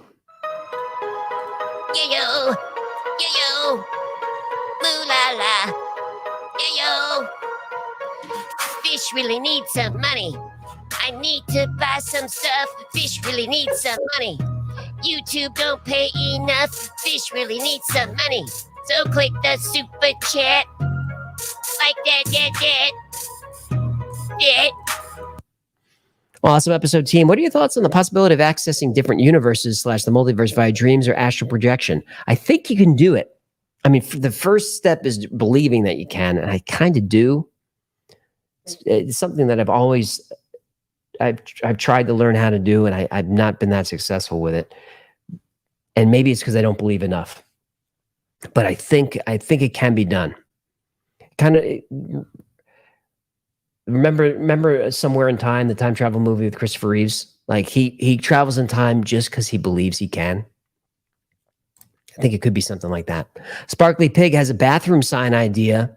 If it's a single or unisex bathroom, sign should say Philosopher's Stone Laboratory. Hazard materials inside. I like it. I do too. You like it? Yep. All right, Sparkly, that's a winner. Let's all give it up for Jen. Hashtag flat feet for the win. Woo!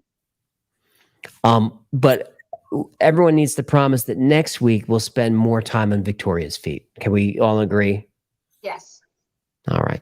And Victoria will she's going to do the whole show barefoot. And we'll start, and we'll have some pan down moments. So. You behave. You behave. I'm not a feet guy. I know. I know, but I'm not so I'm joking, but I'm not a, but the reason I'm doing it is because it's one of the most common fetishes that men have is they're into feet. They are. Can I put up one for you to read? Because she keeps mentioning it in the please read her super chat. Oh, that's what we call back home a scoochie gots. Gino, you know this word scoochie gots? Yeah, scoochie gots. Faccia bruta. All right, what does the scoochie gots want? Jenny from the block for 5 Canadian, graduating Summa from university and turning 26 soon. But I now know what I want to be when I grow up.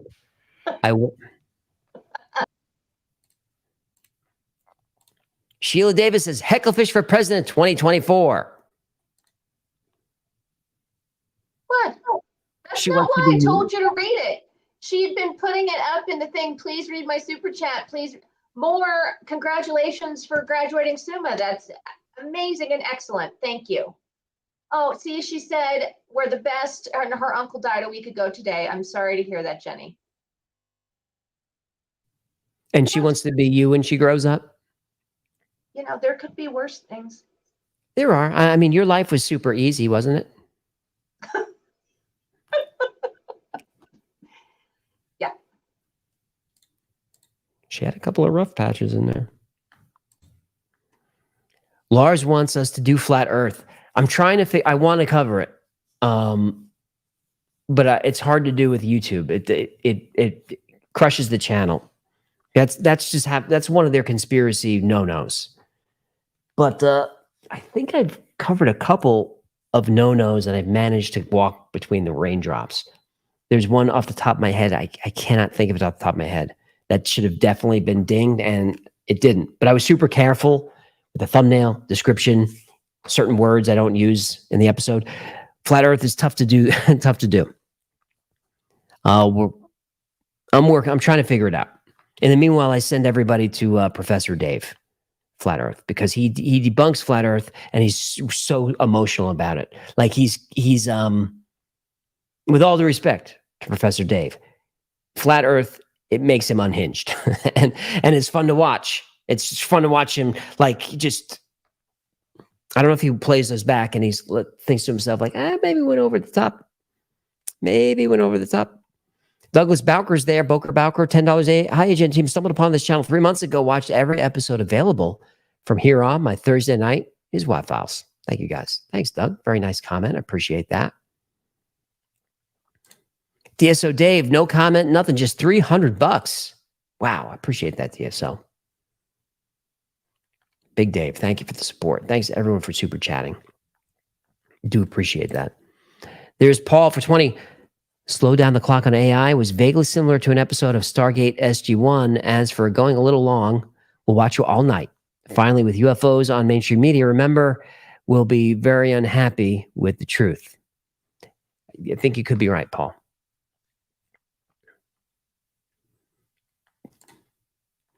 There's Andrews there, I believe, in the multiverse, but I don't think they're multi-versions of you. They're just different universe with unique characteristics. I think is human to believe in different timelines, different alternatives. I agree, Andrew. And there's versions of you, but they're not you. And some of them will be close. Some of them will be, you wouldn't even recognize yourself. You wouldn't like yourself. And then there'd be some versions of yourself like, man, that guy's got it made. Josie Hernandez, moon is fake, man. I think it could be fake. I said, Josie, I guess, is it Jose with an extra E? Is that Jose with an extra E? Or is it yes. Josie?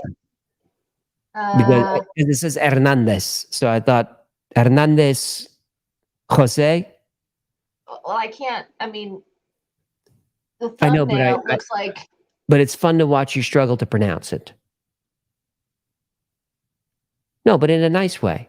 I like the way. No, I can't say it. The chat will seize my words. They don't miss anything. Nope. Nope. Winston Alexander for 20. Love the channel. Do you take tips in Bitcoin and/or Bitcoin Lightning Network? Maybe I should post an address somewhere. If you want to donate by Bitcoin, that would be fine with me. I'm a crypto guy. Lars Thomas, Denstad, do psychedelics. Every other weekend, brother. Every other weekend. Carolyn Smith's Food, Forest, and Homestead is back for 5. Come hang out with me on my homestead. I will teach you how to butcher a live chicken. Even 8-year-old kids can do it. What do you think? What do you think for our first vacation in 5 years? Would you like to go learn to butcher a chicken? No, thanks. My mom used to have to catch the chickens when she was a kid, grab them by the neck and swing them around.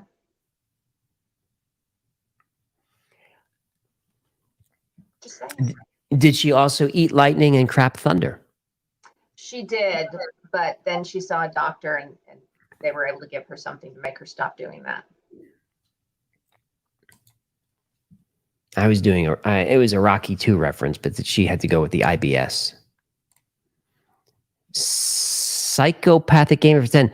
Hello. Have you ever thought about doing a video on the Lake City Quiet Pills? It would be in my top 5 videos that I'd want to do. But it's probably going to have to be a podcast because there are aspects of the story, if you know the story, that have to do with younger people in photographs doing stuff. If you don't know the story, it's not about that, but you can't tell the story without mentioning that there's websites and photos that are going around this like group of people, and then a mystery ensues. But I can't. There's no way to do it on YouTube without getting demonetized. But on the podcast, definitely yes. It's a great mystery. Randall Osborne, there's a salve for that. Faith says, we love you, AJ, but we like Jen better.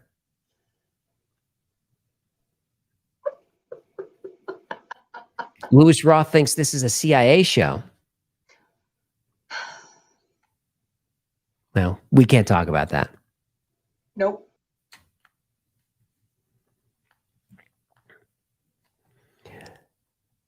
All right. Did I miss anybody? You, thank you for covering the soul trap hypothesis, AJ, and bringing awareness to this issue. All the best. You're welcome. I hope you enjoyed that episode. It was a fun one to do. Don't forget Bell B. 10 pounds. Don't forget there's a movie about what causes the Mandela effect, The Adjustment Bureau. They must be very busy now as we are all noticing their work. The Adjustment Bureau is also Philip K. Dick. The book was better. Civilized Age Savers for 5. Hannibal does say hello, Clarice. Clarice, it's from a trailer for the movie. YouTube Hannibal trailer 2001. All right. Gina says, okay. He's not invested in him. God is here for $10. You think God could do a little more, but I still appreciate the help, God. I think examples of the Mandela effect being so commonly widespread among all of us is proof of the simulation being real. How else could you really explain these mass hallucinations? Explanation? I think it's just misremembering for the most part, but some are really, really weird. Hey, Novadal, thank you for that. But I'm afraid that's all we have time for. We just hit 10 o'clock. Just hit 10 o'clock. You ever going to do a Mothman or Bohemian Grove episode? What do you think for Danger Mouse? Should we do a Mothman episode? Yeah, I think we should. We're being sarcastic. We did one. And it's a pretty good one. Bohemian Grove, maybe for the podcast, because there's not a lot going on there. There's only rumors of what goes on there. And the rumors are not for YouTube, but they're fun to talk about. All right. Well, thanks to everyone for super chatting tonight. I really appreciate it. It keeps the channel going. We could not do this without you. If you'd like to support and get stuff for your money, check out shop.thewifiles.com. All kinds of merch is up there. The weekly shirts are up there. They're up there for 2 weeks, and then they go into the Patreon only exclusive bucket. Speaking of, Patreon's a great way to support the channel. For as little as $3 a month, you get access to all kinds of perks, like early access to the products. You get 2 extra live streams a week because this is not enough. You could watch this all day. This live stream is a mess. You should be ashamed of yourself. Shame on you. But Patreon's a great way to get a hold of me and the team as well. So thanks to everyone for supporting tonight. We couldn't do it without you. Jenny, thanks so much tonight. Thank you, everyone. There she goes. Victoria, you were great as always. All right, back to the red room she goes. And Gino, this Gino story, I was classic. Where's _Gino on Instagram and Twitter? Slide into the DMs. Slide into Gino's DMs. All right. Well, thanks again, everybody. We'll see you next week. And Hecklefish, we'll see you out.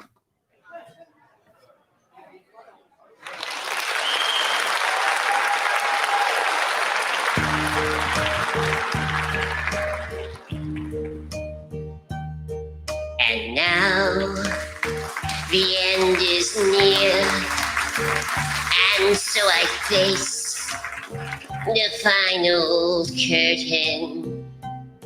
My friend, I'll say it clear.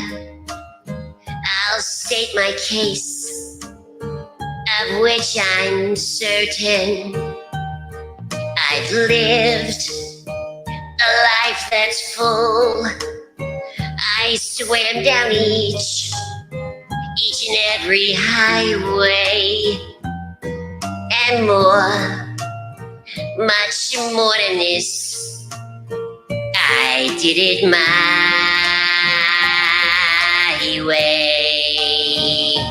I've loved, I've laughed and cried, I've had my fill, my share of losing.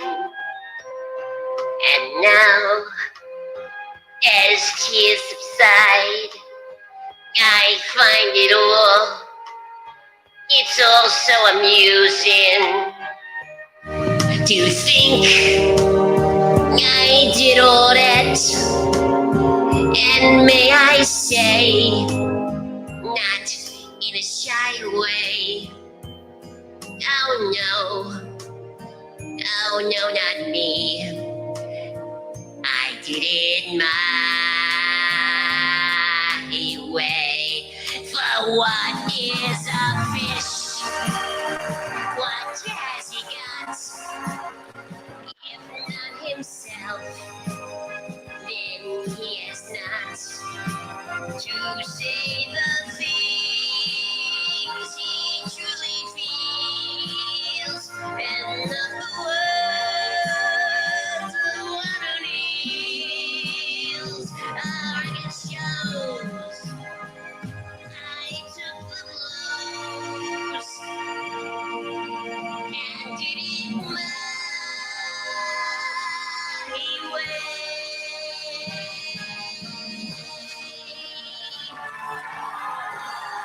Thank you, ladies and gentlemen. Thank you so much.